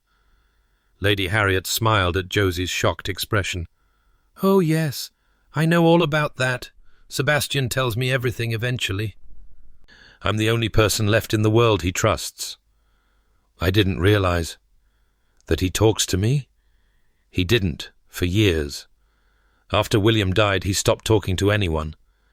But lately—" Lady Harriet's expression softened. "Lately he's been different, more present, almost hopeful." Her sharp eyes fixed on Josie. "I don't suppose you know anything about that?" Josie felt heat rising to her cheeks. "I've been helping with the estate management. Perhaps that's given him a sense of purpose. Perhaps. Or perhaps it's given him something else entirely." Lady Harriet reached out and took Josie's hand in her own weathered grip. "I know you love him, child. Anyone with eyes can see it. And I know he loves you, even if he's too stubborn and scared to say it." "Lady Harriet, don't interrupt. I'm old, and I haven't got time for false modesty." The old woman leaned forward intently. "Marcus is pushing Sebastian to marry Helena. He's been doing it for years, ever since Sebastian's parents died, and there was no one left to arrange a suitable match. Sebastian has always refused, but his defenses are weakening. He thinks he doesn't deserve happiness. He thinks marrying for duty is all he's worthy of. That's not true. Of course it isn't. But he won't believe it coming from me. He might believe it coming from you." Lady Harriet squeezed her hand. "Fight for him, Josephine. Fight for both of you. Because if you don't, Marcus will win, and Sebastian will spend the rest of his life married to a mouse who will make him miserable. What can I do? I'm nobody, a country squire's daughter with no connections and no fortune. If I declared my feelings publicly, it would ruin us both. Then don't be public about it. Be private. Be strategic." Lady Harriet released her hand and sat back. "You didn't climb across that ledge by announcing your plans to the household, did you? You were quiet, clever, brave." A smile. "Be quiet and clever and brave again, and trust that some risks are worth taking." The confrontation came 3 nights later. Josie had retired early, pleading a headache that wasn't entirely fictional. The strain of pretending not to love Sebastian was giving her actual physical pain.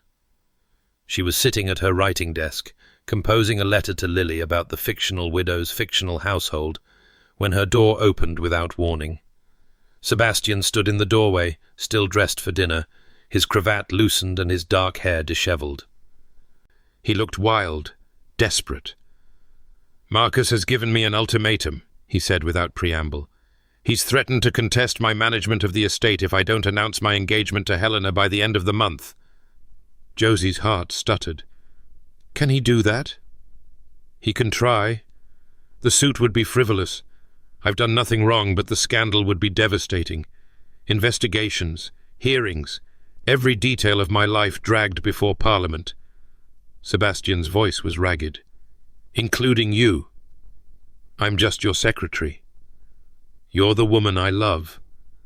The words hung in the air between them, raw and unguarded. You're the woman I've loved since the moment you whispered wrong room on my windowsill. And if Marcus discovers that, he'll use it. He'll destroy you to get to me. Josie rose from her chair on shaking legs. Then don't let him discover it. How? I can barely look at you without giving everything away. I can barely breathe when you're in the same room. He crossed to her in 3 quick strides, his hands gripping her shoulders. Josie, I have spent 5 years convincing myself I don't deserve to be happy, that I killed my brother through my own bad judgment and should spend the rest of my life atoning for it. And then you appeared beautiful, brave, impossible, and for the first time since William died, I wanted something for myself. Sebastian, I cannot marry Helena. I cannot spend the rest of my life bound to a woman I don't love, while you exist in the world somewhere, beyond my reach. His voice cracked. But I cannot destroy you either. I cannot take your reputation and your future and sacrifice them on the altar of my own selfish wanting. Tears were streaming down Josie's face. She hadn't even realized she was crying. What if I want to be destroyed? She whispered. What if I would rather be ruined with you than respectable without you? You don't mean that. I do. She reached up and cupped his face in her hands. Sebastian, I have spent my entire life being sensible, doing the right thing, putting everyone else's needs before my own. And I am so tired of it. I am so tired of being the responsible one, the practical one, the one who never wants anything. What do you want? You.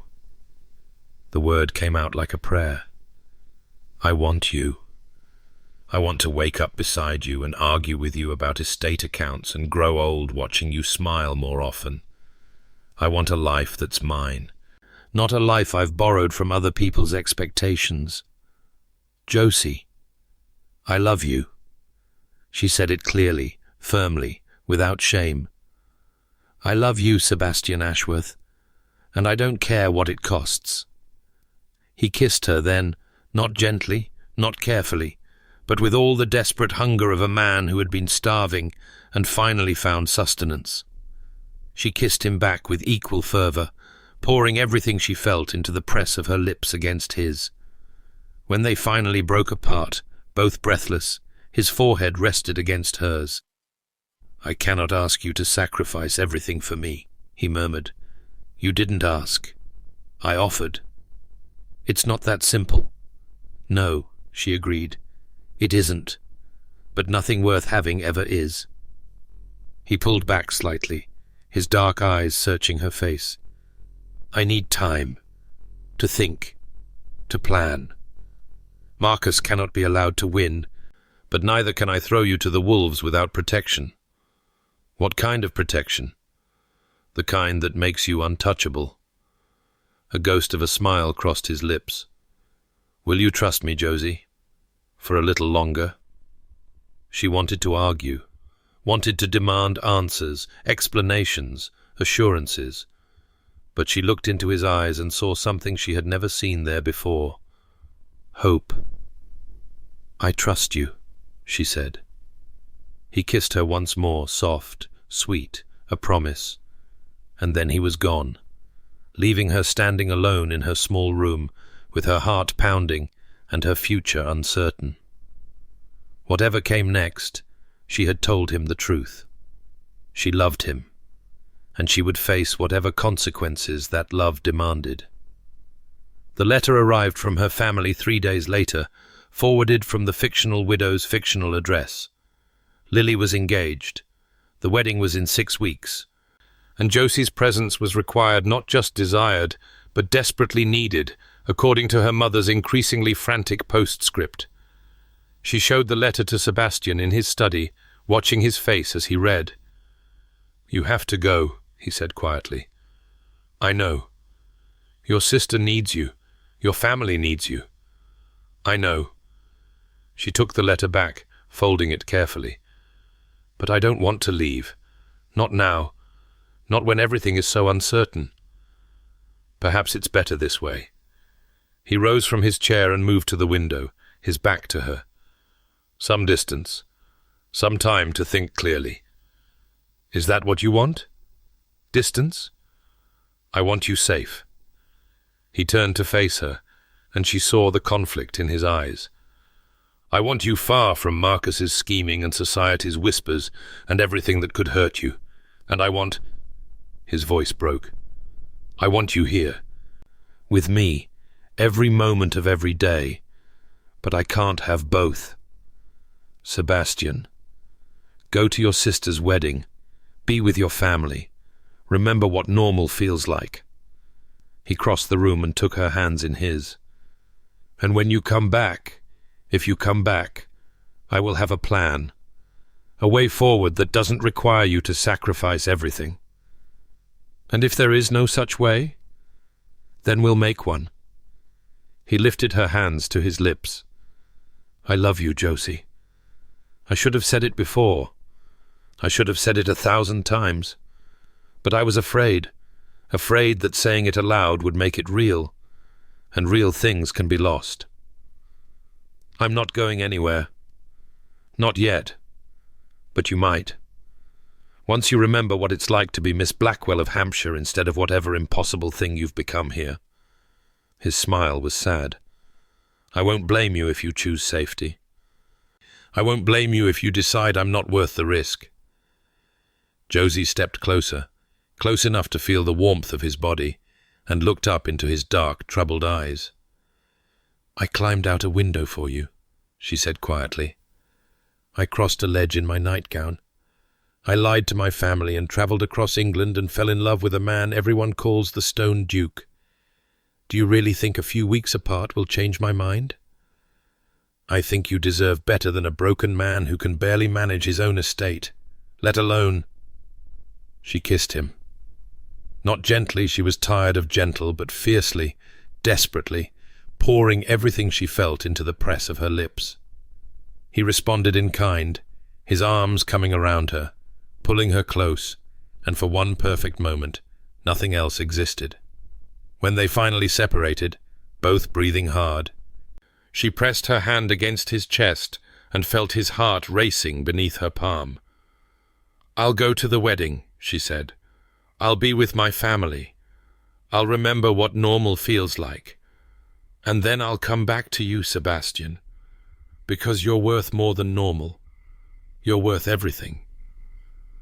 She left the study before he could respond, before her resolve could weaken, before she could do something truly reckless like refuse to leave at all. But she carried his kiss with her all the way to Hampshire, and she knew, with bone-deep certainty, that she would carry it forever. The Blackwell household was chaos when Josie arrived. Lily's engagement to Viscount Westbrook's son had sent her mother into raptures, and her father into financial calculations that made his eyes cross. The modest house was overrun with seamstresses, florists, and various relatives Josie barely remembered, all offering opinions on everything from table linens to trousseau. Josie threw herself into the preparations with determination that bordered on desperation. She organized. She planned. She mediated disputes between her mother and the florist, between Lily and the seamstress, between her father and the wine merchant. She was so busy being useful that she almost managed not to think about Sebastian every waking moment. Almost. "You're different," Lily said on the third day, finding Josie alone in the garden. "Something's changed. I don't know what you mean. You're sadder and happier, both at once." Lily sat down beside her on the bench. It's a man, isn't it? You've fallen in love. Josie considered denying it, considered spinning another story, another fiction to protect herself. But this was Lily Sweet, trusting Lily, who had almost been destroyed by a villain's scheming and had been saved by a sister's reckless bravery. Yes, she admitted, I've fallen in love. With whom? Is it someone from the widow's household? A neighbour? There is no widow. The confession came out before Josie could stop it. I lied, Lily. I've been living at Thornwood Abbey in Yorkshire, working for the Duke of Thornwood. Lily's eyes went very wide. The Duke of... But that's Josie. That's the man from the Hartwell party, the one everyone calls the Stone Duke. His name is Sebastian. You're in love with a duke? I'm in love with a man. Josie's voice cracked. A man who lost his brother and hasn't forgiven himself. A man who was frozen solid until I stumbled into his life and accidentally thawed him. A man who loves me but can't marry me without destroying both our reputations. Lily was silent for a long moment. Then, slowly, she reached out and took Josie's hand. You saved me, she said quietly. At the Hartwell party. I never asked how you knew about Mr. Price, about the wager. I was too relieved, too grateful. But it was him, wasn't it? The Duke. He helped you. Yes. And now you're afraid you'll lose him. Because you're not a lady, and he's a duke, and the world is cruel to people who don't follow its rules. Yes. Lily squeezed her hand. Then we'll find a way. You didn't let me be destroyed by Edmund Price. I won't let you be destroyed by circumstance. There's nothing you can do. Nothing anyone can do. There's always something. Lily's expression was fierce, fiercer than Josie had ever seen it. You spent your whole life sacrificing for this family, for me. It's time someone sacrificed for you. The wedding was beautiful.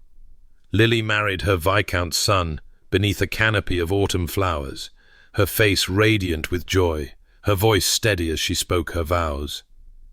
Josie stood as her sister's attendant and tried not to cry, tried not to think about the man she had left in Yorkshire, tried not to wonder if she would ever have a wedding of her own.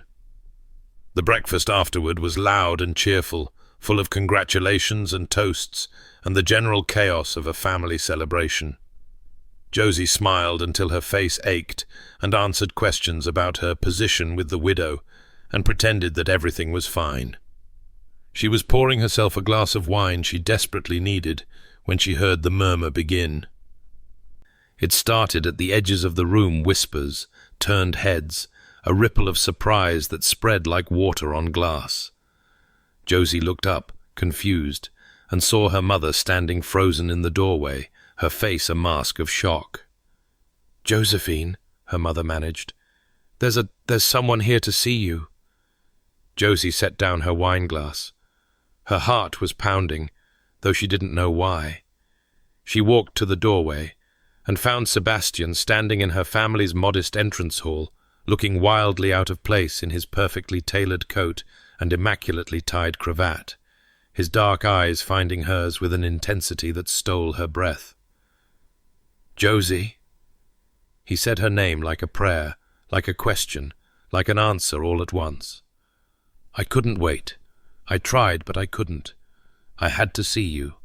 I had to tell you. Sebastian, what are you? I love you."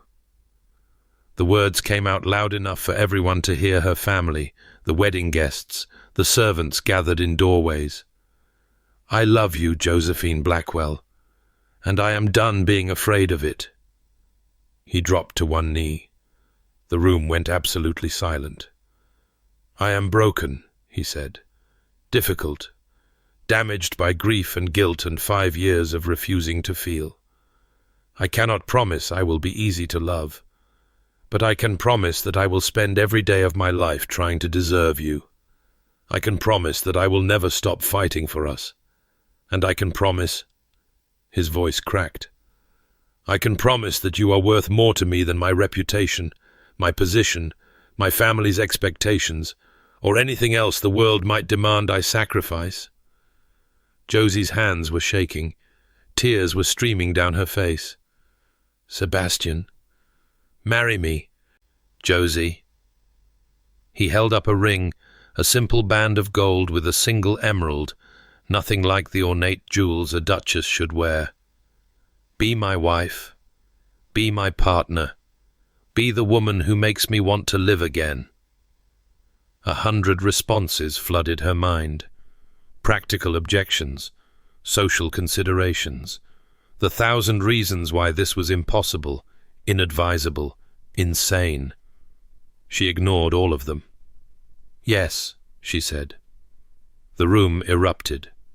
Sebastian rose from his knee and pulled her into his arms, kissing her thoroughly in front of 100 witnesses who would gossip about this moment for the rest of their lives. Josie kissed him back, laughing and crying at the same time, her heart so full she thought it might burst. When they finally broke apart, his forehead rested against hers. "I should have done this weeks ago," he murmured. "I should have done it the moment you told me you loved me. You needed time. I needed courage." His arms tightened around her. "Your Aunt Harriet helped me find it." "Lady Harriet?" "She wrote me a letter, told me I was being a fool, reminded me that William would want me to be happy." His voice was rough. "She included a letter William wrote before he died. He was worried about me, apparently. Thought I worked too hard, smiled too rarely. Hoped I would someday find someone to love me properly." Josie's heart clenched. "Oh, Sebastian. I've been living in his shadow for 5 years, punishing myself because he's gone and I'm still here. But he wouldn't want that. He'd want me to live, to love, to stop being such a bloody fool." She laughed through her tears. "Language, Your Grace. Forgive me. I'm proposing to the woman I love in front of 100 strangers. My vocabulary has abandoned me." "I forgive you." She pressed a kiss to his jaw. "I'll always forgive you." Behind them, Josie's mother had recovered enough to start asking questions about wedding dates. Her father was staring at Sebastian with an expression of shell-shocked wonder. Lily was crying and laughing and trying to explain to her new husband that yes, her sister really was engaged to a duke. It was chaos. It was wonderful. It was exactly the kind of happily ever after Josie had never allowed herself to imagine. But there was still something she needed to know. "What about Marcus?" she asked quietly. "His ultimatum? The threat to contest your management of the estate?" Sebastian's smile turned sharp. "I had a conversation with him before I left. It seems his own estate management has some irregularities that he would prefer remained private. We've reached an understanding." "What kind of understanding?" "The kind where he withdraws his objections, and I don't expose his creative accounting to the authorities." Sebastian's eyes gleamed. "Lady Helena, I'm told, is greatly relieved. Apparently she's been in love with the curate in her home village for years, and is delighted not to be forced into a loveless marriage." "How very tidy." "I thought so." He pulled her closer. "Now, Miss Blackwell, soon to be your Grace, shall we face your family together? I suspect there are questions." "Hundreds of them." "Then we'd better start answering." He tucked her hand into his arm and turned toward the crowd of curious, delighted, thoroughly scandalized wedding guests. Josie took a deep breath and stepped forward. The sensible Miss Blackwell, who sat in corners with books and never took risks, was about to become a duchess, and she couldn't wait. The scandal was magnificent. Within 3 days of Sebastian's proposal at Lily's wedding breakfast, every drawing room in London was buzzing with the news. The Stone Duke, the reclusive, grief-stricken Duke of Thornwood, had thrown himself at the feet of a country nobody, a squire's spinster daughter with copper hair and freckles and absolutely no fortune to speak of. He had done it publicly, dramatically, in front of 100 witnesses who were only too delighted to share every detail with anyone who would listen. The gossip sheets went mad with speculation. Had she compromised him? Had he compromised her? Was she secretly an heiress? A foreign princess in disguise? The illegitimate daughter of someone important? The theories grew wilder with each passing day, fed by the complete absence of any rational explanation for why one of England's most eligible bachelors would choose so spectacularly beneath him. Josie read the papers with a mixture of horror and hysterical amusement, curled up in her childhood bedroom while her mother attempted to plan a duchess's wedding on a squire's budget. "They're calling me the Ledger Bride," she told Sebastian, when he visited properly chaperoned now, since their engagement had made propriety both possible and necessary.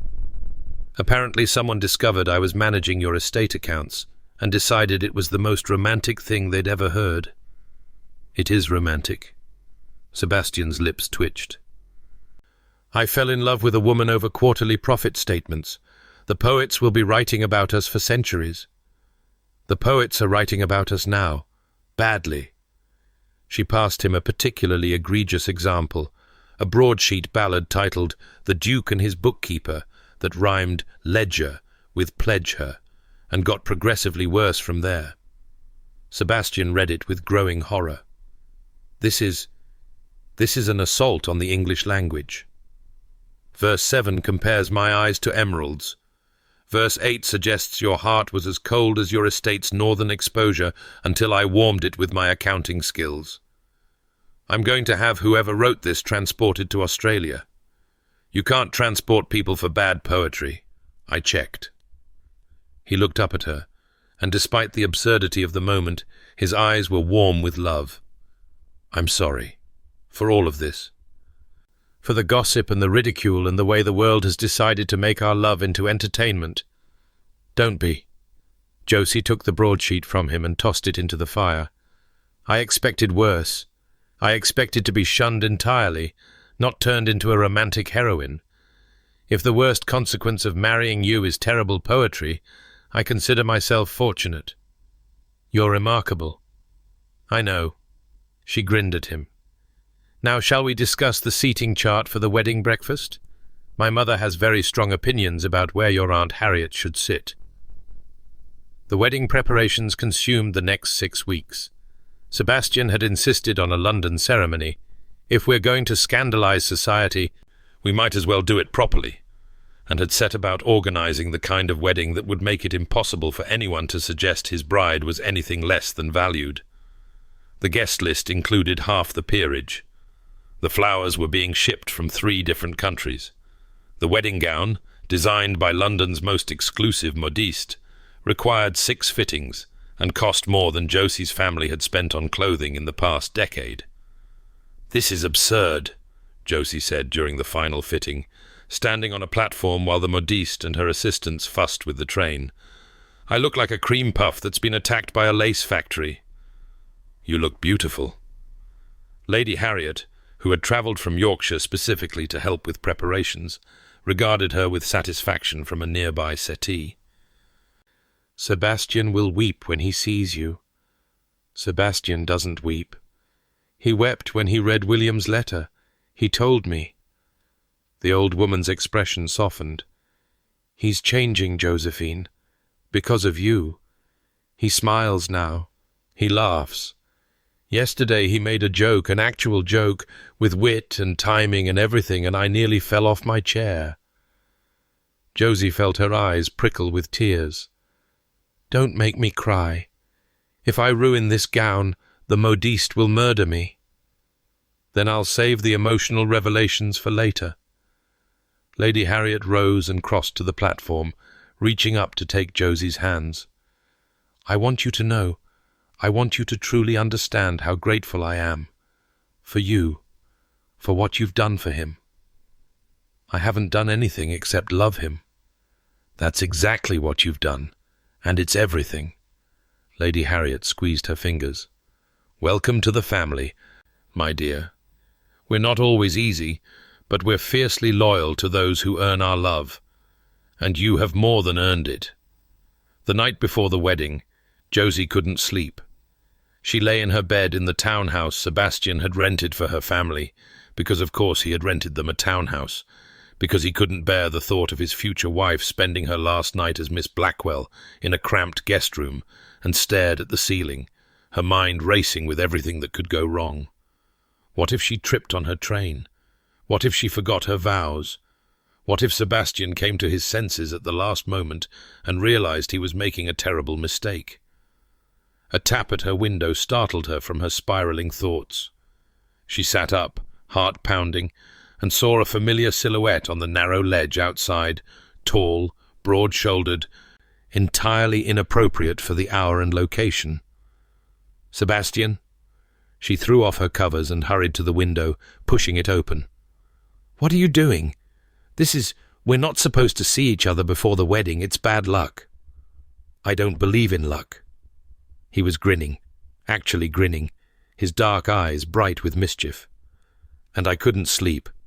I kept thinking about you, alone in your room, possibly panicking about tomorrow. You are panicking, aren't you?" "I was not panicking.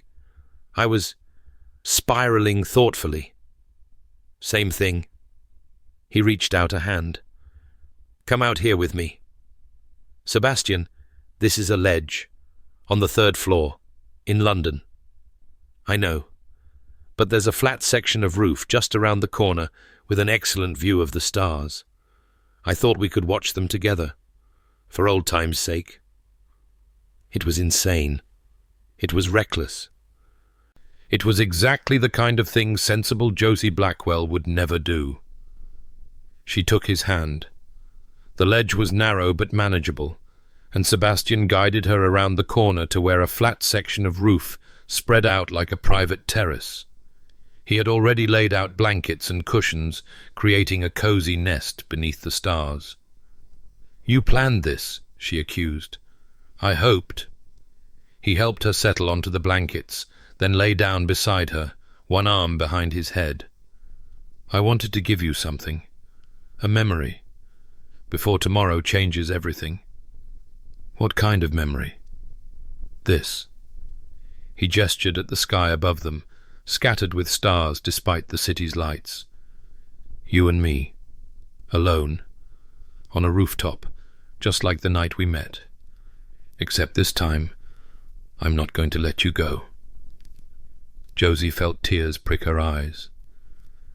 "Sebastian, I never told you what I was doing that night, when you appeared on my windowsill." He turned his head to look at her, his expression vulnerable in a way she rarely saw. "I was saying goodbye." Her heart clenched. Goodbye? To the world. To life. I hadn't decided anything specific, but I was considering my options. Standing at that window, staring at the drop, wondering if anyone would miss me if I weren't there anymore. "Sebastian." And then you appeared. His voice cracked slightly. This fierce, freckled woman in her nightgown, climbing across ledges to save her sister, completely unaware that she was about to save me too. When I grabbed your wrist, I wasn't thinking about propriety or consequences. I was thinking, this is a person who loves someone enough to risk everything. I want to know what that feels like.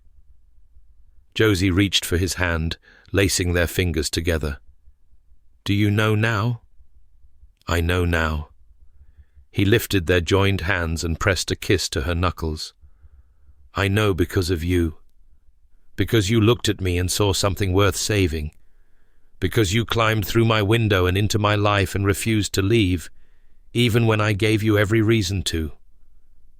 You gave me plenty of reasons to stay. Did I? I seem to recall being cold, difficult, and emotionally unavailable for the first several weeks of our acquaintance. You were also brilliant, kind, and devastatingly handsome." She smiled at his surprised expression. "Did you think I didn't notice? I noticed everything about you, Sebastian, from the first moment." "Everything?" "Everything." She propped herself up on one elbow to look down at him. "I noticed that you watched me as much as I watched you. That you listened when I talked about accounts and tenants and estate management, really listened, like what I said mattered. That you brought me tea without asking when I worked late in the library. That you looked at me like I was something precious, even when you were telling yourself you didn't deserve to. I didn't deserve to. I don't... Stop. She pressed a finger to his lips. You don't get to decide that anymore. I've decided you deserve everything good in this world, and I'm going to spend the rest of our lives proving it to you, whether you like it or not. His eyes glistened in the starlight. You're very bossy. I prefer assertive. We've discussed this. He laughed, then a real laugh, full and warm, and pulled her down to kiss her. The kiss was soft and sweet, full of promise rather than passion, and Josie melted into it with a sigh. When they finally pulled apart, she settled against his side, her head on his shoulder, and watched the stars wheel slowly overhead. Tell me about our life, she said quietly. What will it be like? After tomorrow? His arm tightened around her. We'll return to Thornwood. Properly. This time you as the Duchess, not the secretary. We'll finish the estate reforms you started. Build new roofs for the tenant cottages. Raise the teacher's salary until we find someone excellent. And then? Then we'll fill that enormous house with noise and light and life. Open the shuttered rooms. Host dinner parties and summer fetes and all the things I've avoided for 5 years. A pause. We'll have children, if you want them. Josie's breath caught. Do you want them? I want... He was quiet for a long moment. I want to give a child the childhood I never had. One with love and warmth and parents who smile at each other across the breakfast table. I want to watch our son or daughter grow up knowing they're valued for who they are, not what they can accomplish. His voice roughened. I want to be the father my father never was. Then we'll do that. She pressed a kiss to his jaw. All of it. Together. They lay in silence for a long while, wrapped in blankets and each other, watching the stars fade as dawn approached.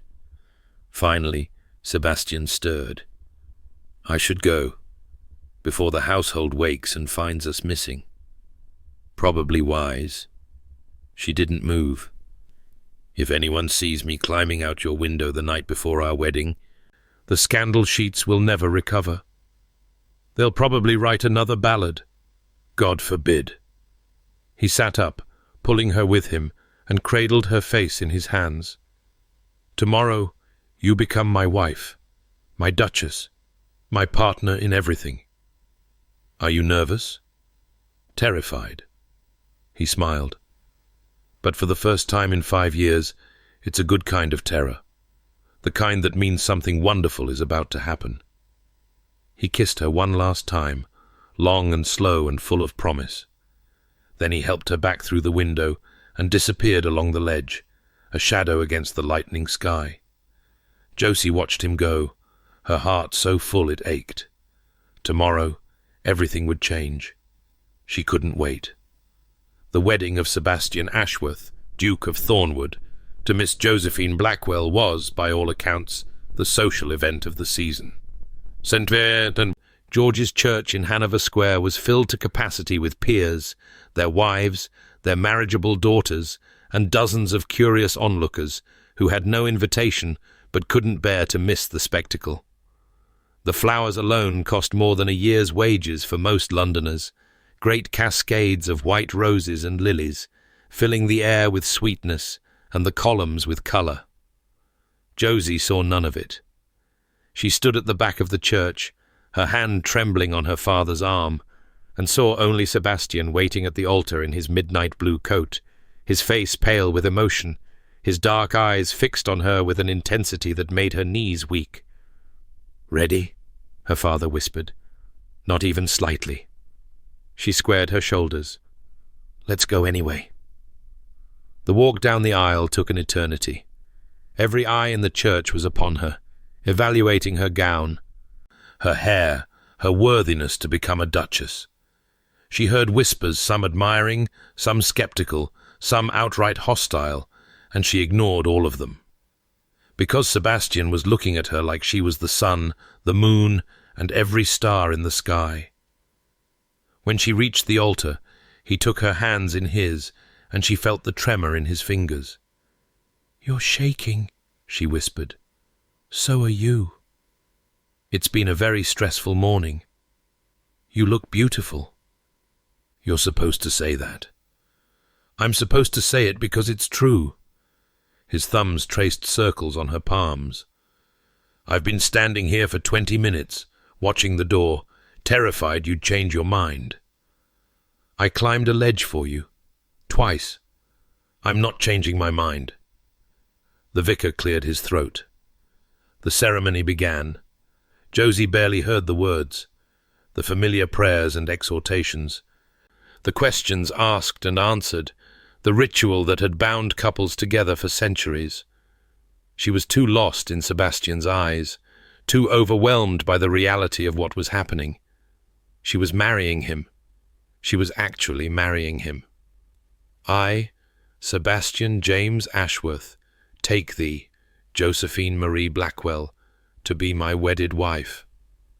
His voice was steady now, strong and sure, and the words washed over her like a blessing. "To have and to hold, from this day forward, for better, for worse, for richer, for poorer, in sickness and in health, to love and to cherish, till death us do part." Then it was her turn, and her voice came out steadier than she expected. "I, Josephine Marie Blackwell, take thee, Sebastian James Ashworth, to be my wedded husband." She meant every word, every syllable, every promise and vow and commitment. She meant with her whole heart. When the vicar pronounced them man and wife, Sebastian kissed her with a tenderness that made her eyes sting. "My wife," he murmured against her lips. "My husband." She smiled up at him. "What happens now?" "Now?" He offered her his arm. "Now we face the world together." They turned to face the congregation, and Josie saw a sea of faces, some smiling, some scowling, some openly weeping. She saw her mother, dabbing at her eyes with a handkerchief. She saw Lily, radiant and proud. She saw Lady Harriet, nodding with fierce satisfaction. And she saw, in the back of the church, a man with golden hair and cold eyes, Marcus Ashworth, watching the proceedings with an expression she couldn't read. But whatever he was thinking, whatever he was planning, it didn't matter. Sebastian was hers now, and she was his, and nothing anyone did could change that. They walked down the aisle together, husband and wife, into a future bright with possibility. The wedding breakfast was a blur of toasts, congratulations, and elaborate food Josie couldn't taste. She smiled until her face ached. She accepted felicitations from people whose names she couldn't remember. She danced with Sebastian, with her father, with various lords and gentlemen who wanted to say they'd waltzed with the new Duchess of Thornwood. Through it all, Sebastian stayed close, his hand on her back, his eyes finding hers across crowded rooms, his presence a steady anchor in the chaos. "Tired?" he asked, appearing at her elbow with a glass of champagne. "Exhausted." She accepted the glass gratefully. "Is it always like this, being a duchess?" "Not always. Today is exceptional." He guided her toward a quiet corner. "Tomorrow we leave for Thornwood, and you can hibernate for a week if you like." "That sounds heavenly." She leaned against him, propriety be damned. "Just us, in that enormous house, with no one to perform for. Just us." He pressed a kiss to her hair. "Although I should warn you, Lady Harriet has moved back into the Abbey. She claims it's to help you adjust to your new role, but I suspect she simply wants to watch us be happy." "I don't mind. I like your aunt." "She likes you too. She told me yesterday that you're the best thing that's ever happened to our family, and if I ever make you unhappy, She'll disinherit me. Can she do that? Absolutely not. But she'd find a way. He smiled down at her. Are you happy, Josie? Truly? Truly? She reached up to touch his face. I'm happier than I ever knew was possible. Good. He caught her hand and pressed a kiss to her palm. Because I intend to make you happier still. They returned to Thornwood Abbey as the autumn leaves were reaching their peak, the moors blazing with orange and gold and deep russet red. The household staff lined up to greet them, Mrs. Crawford with tears in her eyes, Sarah the maid bouncing with excitement, a dozen others whose names Josie was still learning. Welcome home, Your Grace, Mrs. Crawford said, curtsying. Welcome home, both of you. Your Grace. The title still felt strange, like a costume that didn't quite fit. But Sebastian's hand was warm in hers, and the Abbey's great doors stood open, and for the first time since she'd arrived here as a supposed secretary, it truly felt like home. Thank you, Mrs. Crawford. Josie smiled at the assembled staff.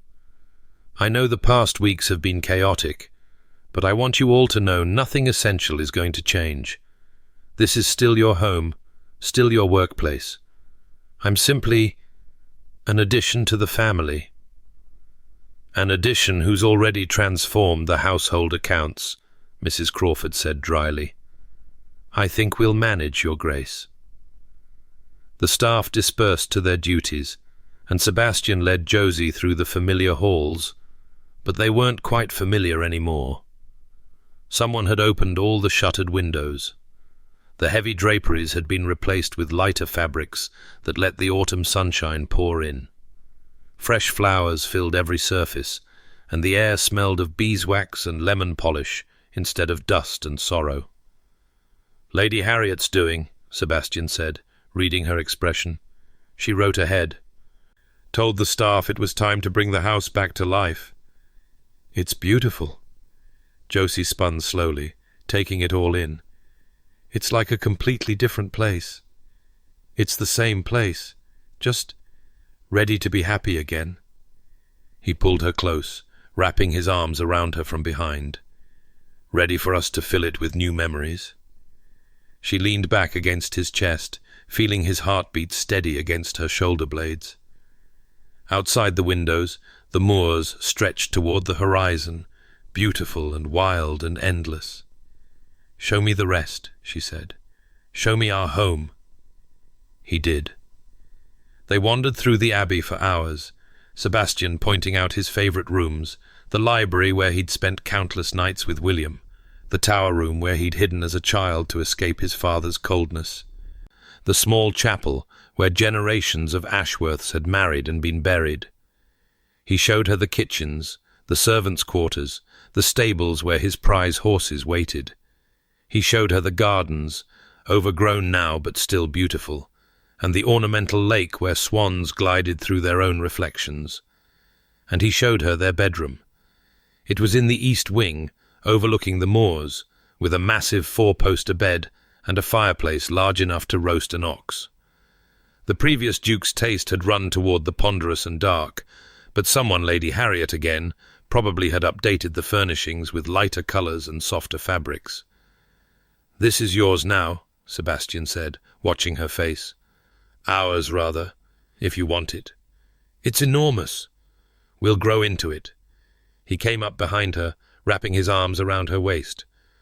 We'll fill it with books and flowers and dogs and children and so much life that the ghosts finally move out. There are ghosts? Metaphorical ones. He pressed a kiss to her neck. The ones I've been carrying around for 5 years. The ones that kept telling me I didn't deserve this. Josie turned in his arms to face him. And what do they tell you now? Now? His dark eyes searched hers. Now they're quiet. For the first time since William died, they're quiet. Because of you. She pulled him down for a kiss, deep and slow and full of promise. They had a lifetime of kisses ahead of them. She intended to enjoy every single one. The first year of their marriage was a whirlwind.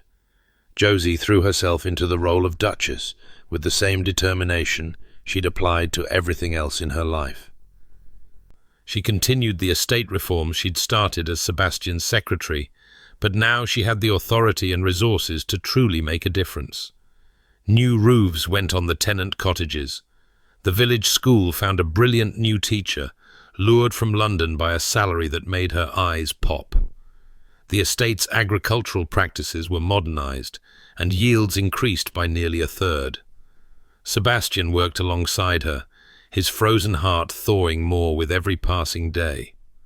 He smiled now, really smiled, not the grim imitation he'd worn for years, and sometimes he even laughed. He made friends among the neighboring landowners, men who had given up on him years ago, and were startled to discover the Stone Duke had melted into someone almost sociable.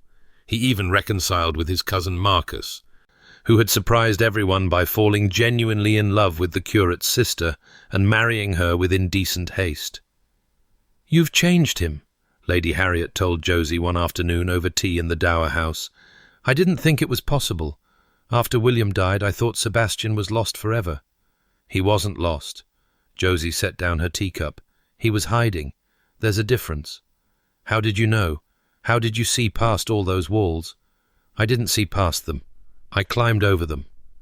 Josie smiled at the memory. "Literally, in the beginning." Lady Harriet laughed.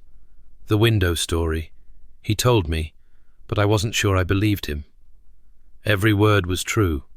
I miscounted the doors, climbed out the wrong window, and found a duke instead of a villain."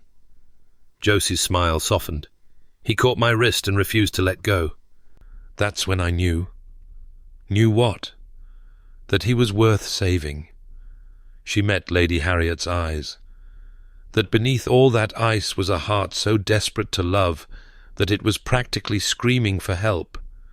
"I just answered." Lady Harriet reached across the table and took her hand. "You're a treasure, Josephine. Don't ever let anyone tell you otherwise." Spring came to the moors in a burst of purple and gold, the heather blooming across the hillsides in waves of colour. Josie woke each morning to birdsong and sunshine, to Sebastian's arms around her and his breath warm against her neck, and to the realization that something had changed. She said nothing at first. She was a practical woman, and practical women didn't make dramatic announcements without evidence. She tracked the calendar. She observed her own symptoms with clinical detachment. She consulted quietly with the local midwife, swearing her to secrecy. By the time she was certain, nearly 2 months had passed. She told Sebastian on a cool April evening, sitting together on the ledge outside their bedroom window, a tradition they'd continued from their courtship, climbing out to watch the stars whenever the mood struck them. "I have something to tell you," she said. He turned to look at her, his expression immediately worried. "What is it? Is something wrong? Are you ill?" "I'm not ill." She took his hand and placed it on her still flat stomach. "I'm pregnant." Sebastian went very still. For a long moment he didn't speak, didn't move, didn't seem to breathe. Then slowly his eyes filled with tears. "A baby," he whispered. "A baby." She watched his face carefully. Is this all right? I know we talked about children, but..." He pulled her into his arms so suddenly she squeaked. "All right. Josie, I don't have words. There aren't words. There are definitely words. You just have to find them." He laughed, a wet sound against her hair. "A baby. Our baby. We're going to be parents. Terrifying, isn't it? Terrifying. Wonderful. Impossible." He pulled back to look at her, his dark eyes shining. "I never thought after William. After everything, I never thought I would have this. A wife I adore. A child on the way. A future worth looking forward to. And now? Now I have everything." He pressed a kiss to her forehead. "You've given me everything, Josie. I don't know how I'll ever repay you. You could start by not panicking every time I feel slightly tired for the next 7 months. I make no promises." But he was smiling, really smiling, with a joy so profound it transformed his entire face. "When did you know?" "About 6 weeks ago. I wanted to be sure before I told you." 6 weeks? You kept this secret for 6 weeks? I didn't want to get your hopes up if I was wrong." "You're never wrong." He kissed her properly this time, slow and deep. "You're the most remarkable woman I've ever known, and I fall more in love with you every single day." "Good." She smiled against his lips. "Because you're stuck with me now, for at least the next 18 years or so." "Only 18? Well, after that our child might want some independence." "Our child." He said the words like a prayer. "Our child." They sat together on the ledge, wrapped in each other's arms, and watched the stars come out. Everything they'd been through, the scandal, the secrets, the grief and the healing, had led to this moment. And this moment was only the beginning. William Sebastian Ashworth was born on a stormy December night, screaming his lungs out as if personally offended by the indignity of birth. He had his father's dark hair and his mother's green eyes, and from his first moment of life, he had the entire household wrapped around his tiny finger. Sebastian held his son for the first time with hands that trembled, tears streaming down his face. "William," he whispered, "my brother's name." It felt right. Josie was exhausted, her hair a tangled mess and her body aching from hours of labor, but she had never felt more triumphant. He would have wanted this, to have his name live on. He would have loved you. Sebastian pressed a kiss to the baby's forehead. He would have adored you, actually. Teased me mercilessly about finally finding someone willing to put up with me. I don't put up with you. I chose you. That's even more remarkable. He looked up at her, his dark eyes bright with emotion. Thank you, Josie, for everything. For William, and for saving me, and for giving me a life worth living. Thank me by changing his nappy occasionally. I'll change every nappy. I'll be the nappy-changing champion of Yorkshire. Let's not get carried away." He laughed, the sound full and warm and free, and leaned down to kiss her. Their son made a noise of protest at being jostled. "He has opinions," Josie observed. "He takes after his mother." "Good. His mother has excellent opinions." 3 years later, Harriet Catherine Ashworth arrived a flame-haired whirlwind with her mother's freckles and her father's intensity. She was named for Lady Harriet, who wept with joy and immediately declared herself the child's official spoiler. The old woman had grown frailer over the years, but her spirit remained indomitable, and she doted on both children with a fervour that bordered on alarming. "You'll turn them into monsters," Josie said one afternoon, watching Lady Harriet sneak William an extra biscuit. "I'll turn them into Ashworths. Same thing, really." The old woman smiled. "My brother Sebastian's father was a cold, cruel man. He raised his sons to believe that love was weakness and joy was frivolous. William rebelled against that, and it cost him his life. Sebastian retreated into ice, and it nearly cost him his soul. And now? Now look at them." Lady Harriet nodded toward the garden, where Sebastian was teaching William to identify plants, while Harriet toddled after them, grabbing at everything in reach. "Joy, life, love, everything my brother tried to stamp out, flourishing in spite of him." Josie felt tears prick her eyes. "He would have hated this, wouldn't he? The old Duke." "With every fibre of his being." Lady Harriet's smile turned fierce. "And that's exactly why it's so delicious." The years passed in a blur of happiness, challenges, and small, ordinary miracles. William grew into a serious, thoughtful boy, with his father's love of books and his mother's head for numbers. By age 6, he was helping Josie with the household accounts, his small brow furrowed in concentration as he added columns of figures.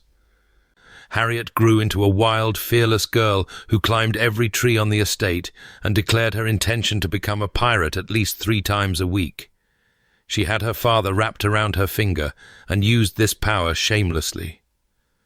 Sebastian's transformation continued, deepening with each passing year. The Stone Duke became a distant memory, replaced by a man who laughed easily, loved fiercely, and never missed an opportunity to tell his wife and children how much they meant to him.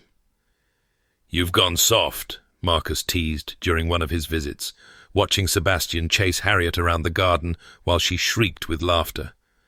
"Completely," Sebastian agreed, catching his daughter and swinging her up onto his shoulders.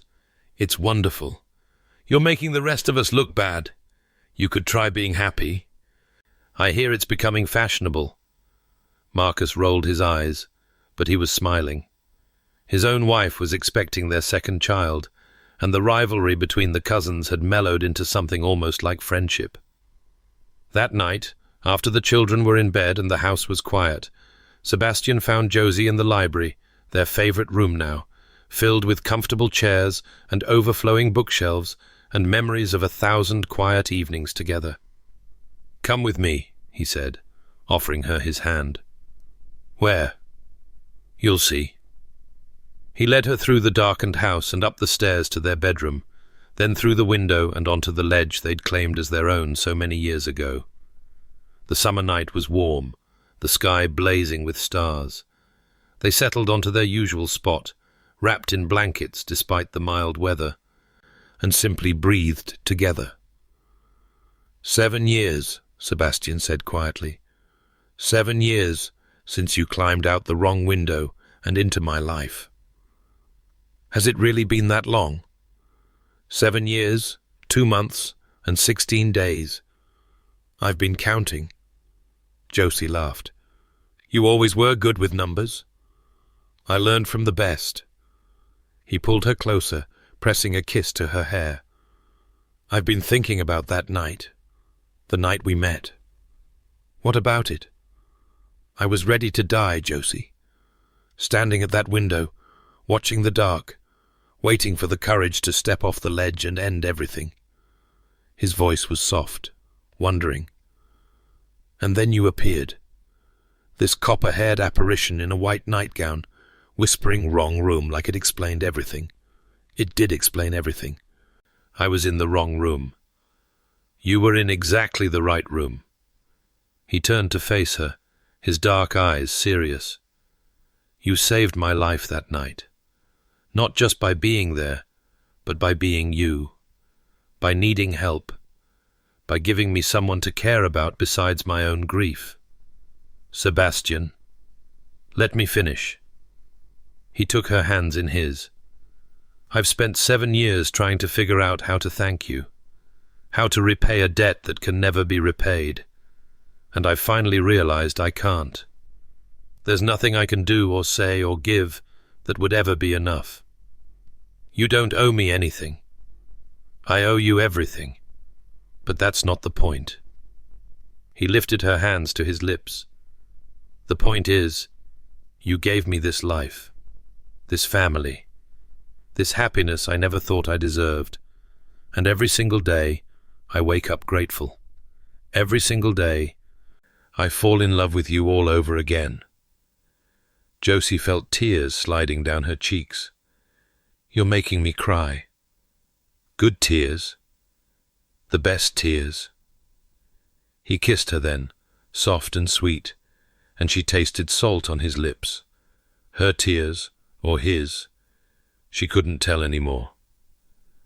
When they finally pulled apart, she rested her head on his shoulder and gazed up at the stars. Tell me something, she said.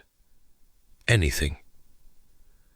If you could go back to that night, the night I climbed through your window, knowing everything that would happen, all the scandal and the struggle and the gossip, would you still catch my wrist? Sebastian was quiet for a long moment.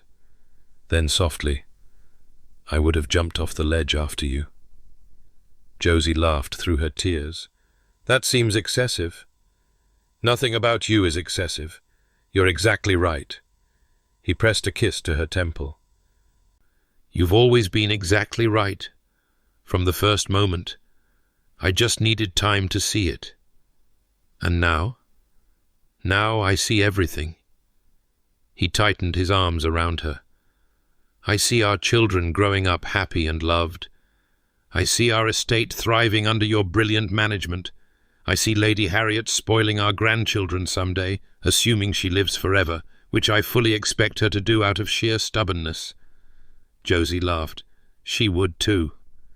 I see you, Josie. I see you and I love you, and I thank God every single day that you climbed out the wrong window and into my life."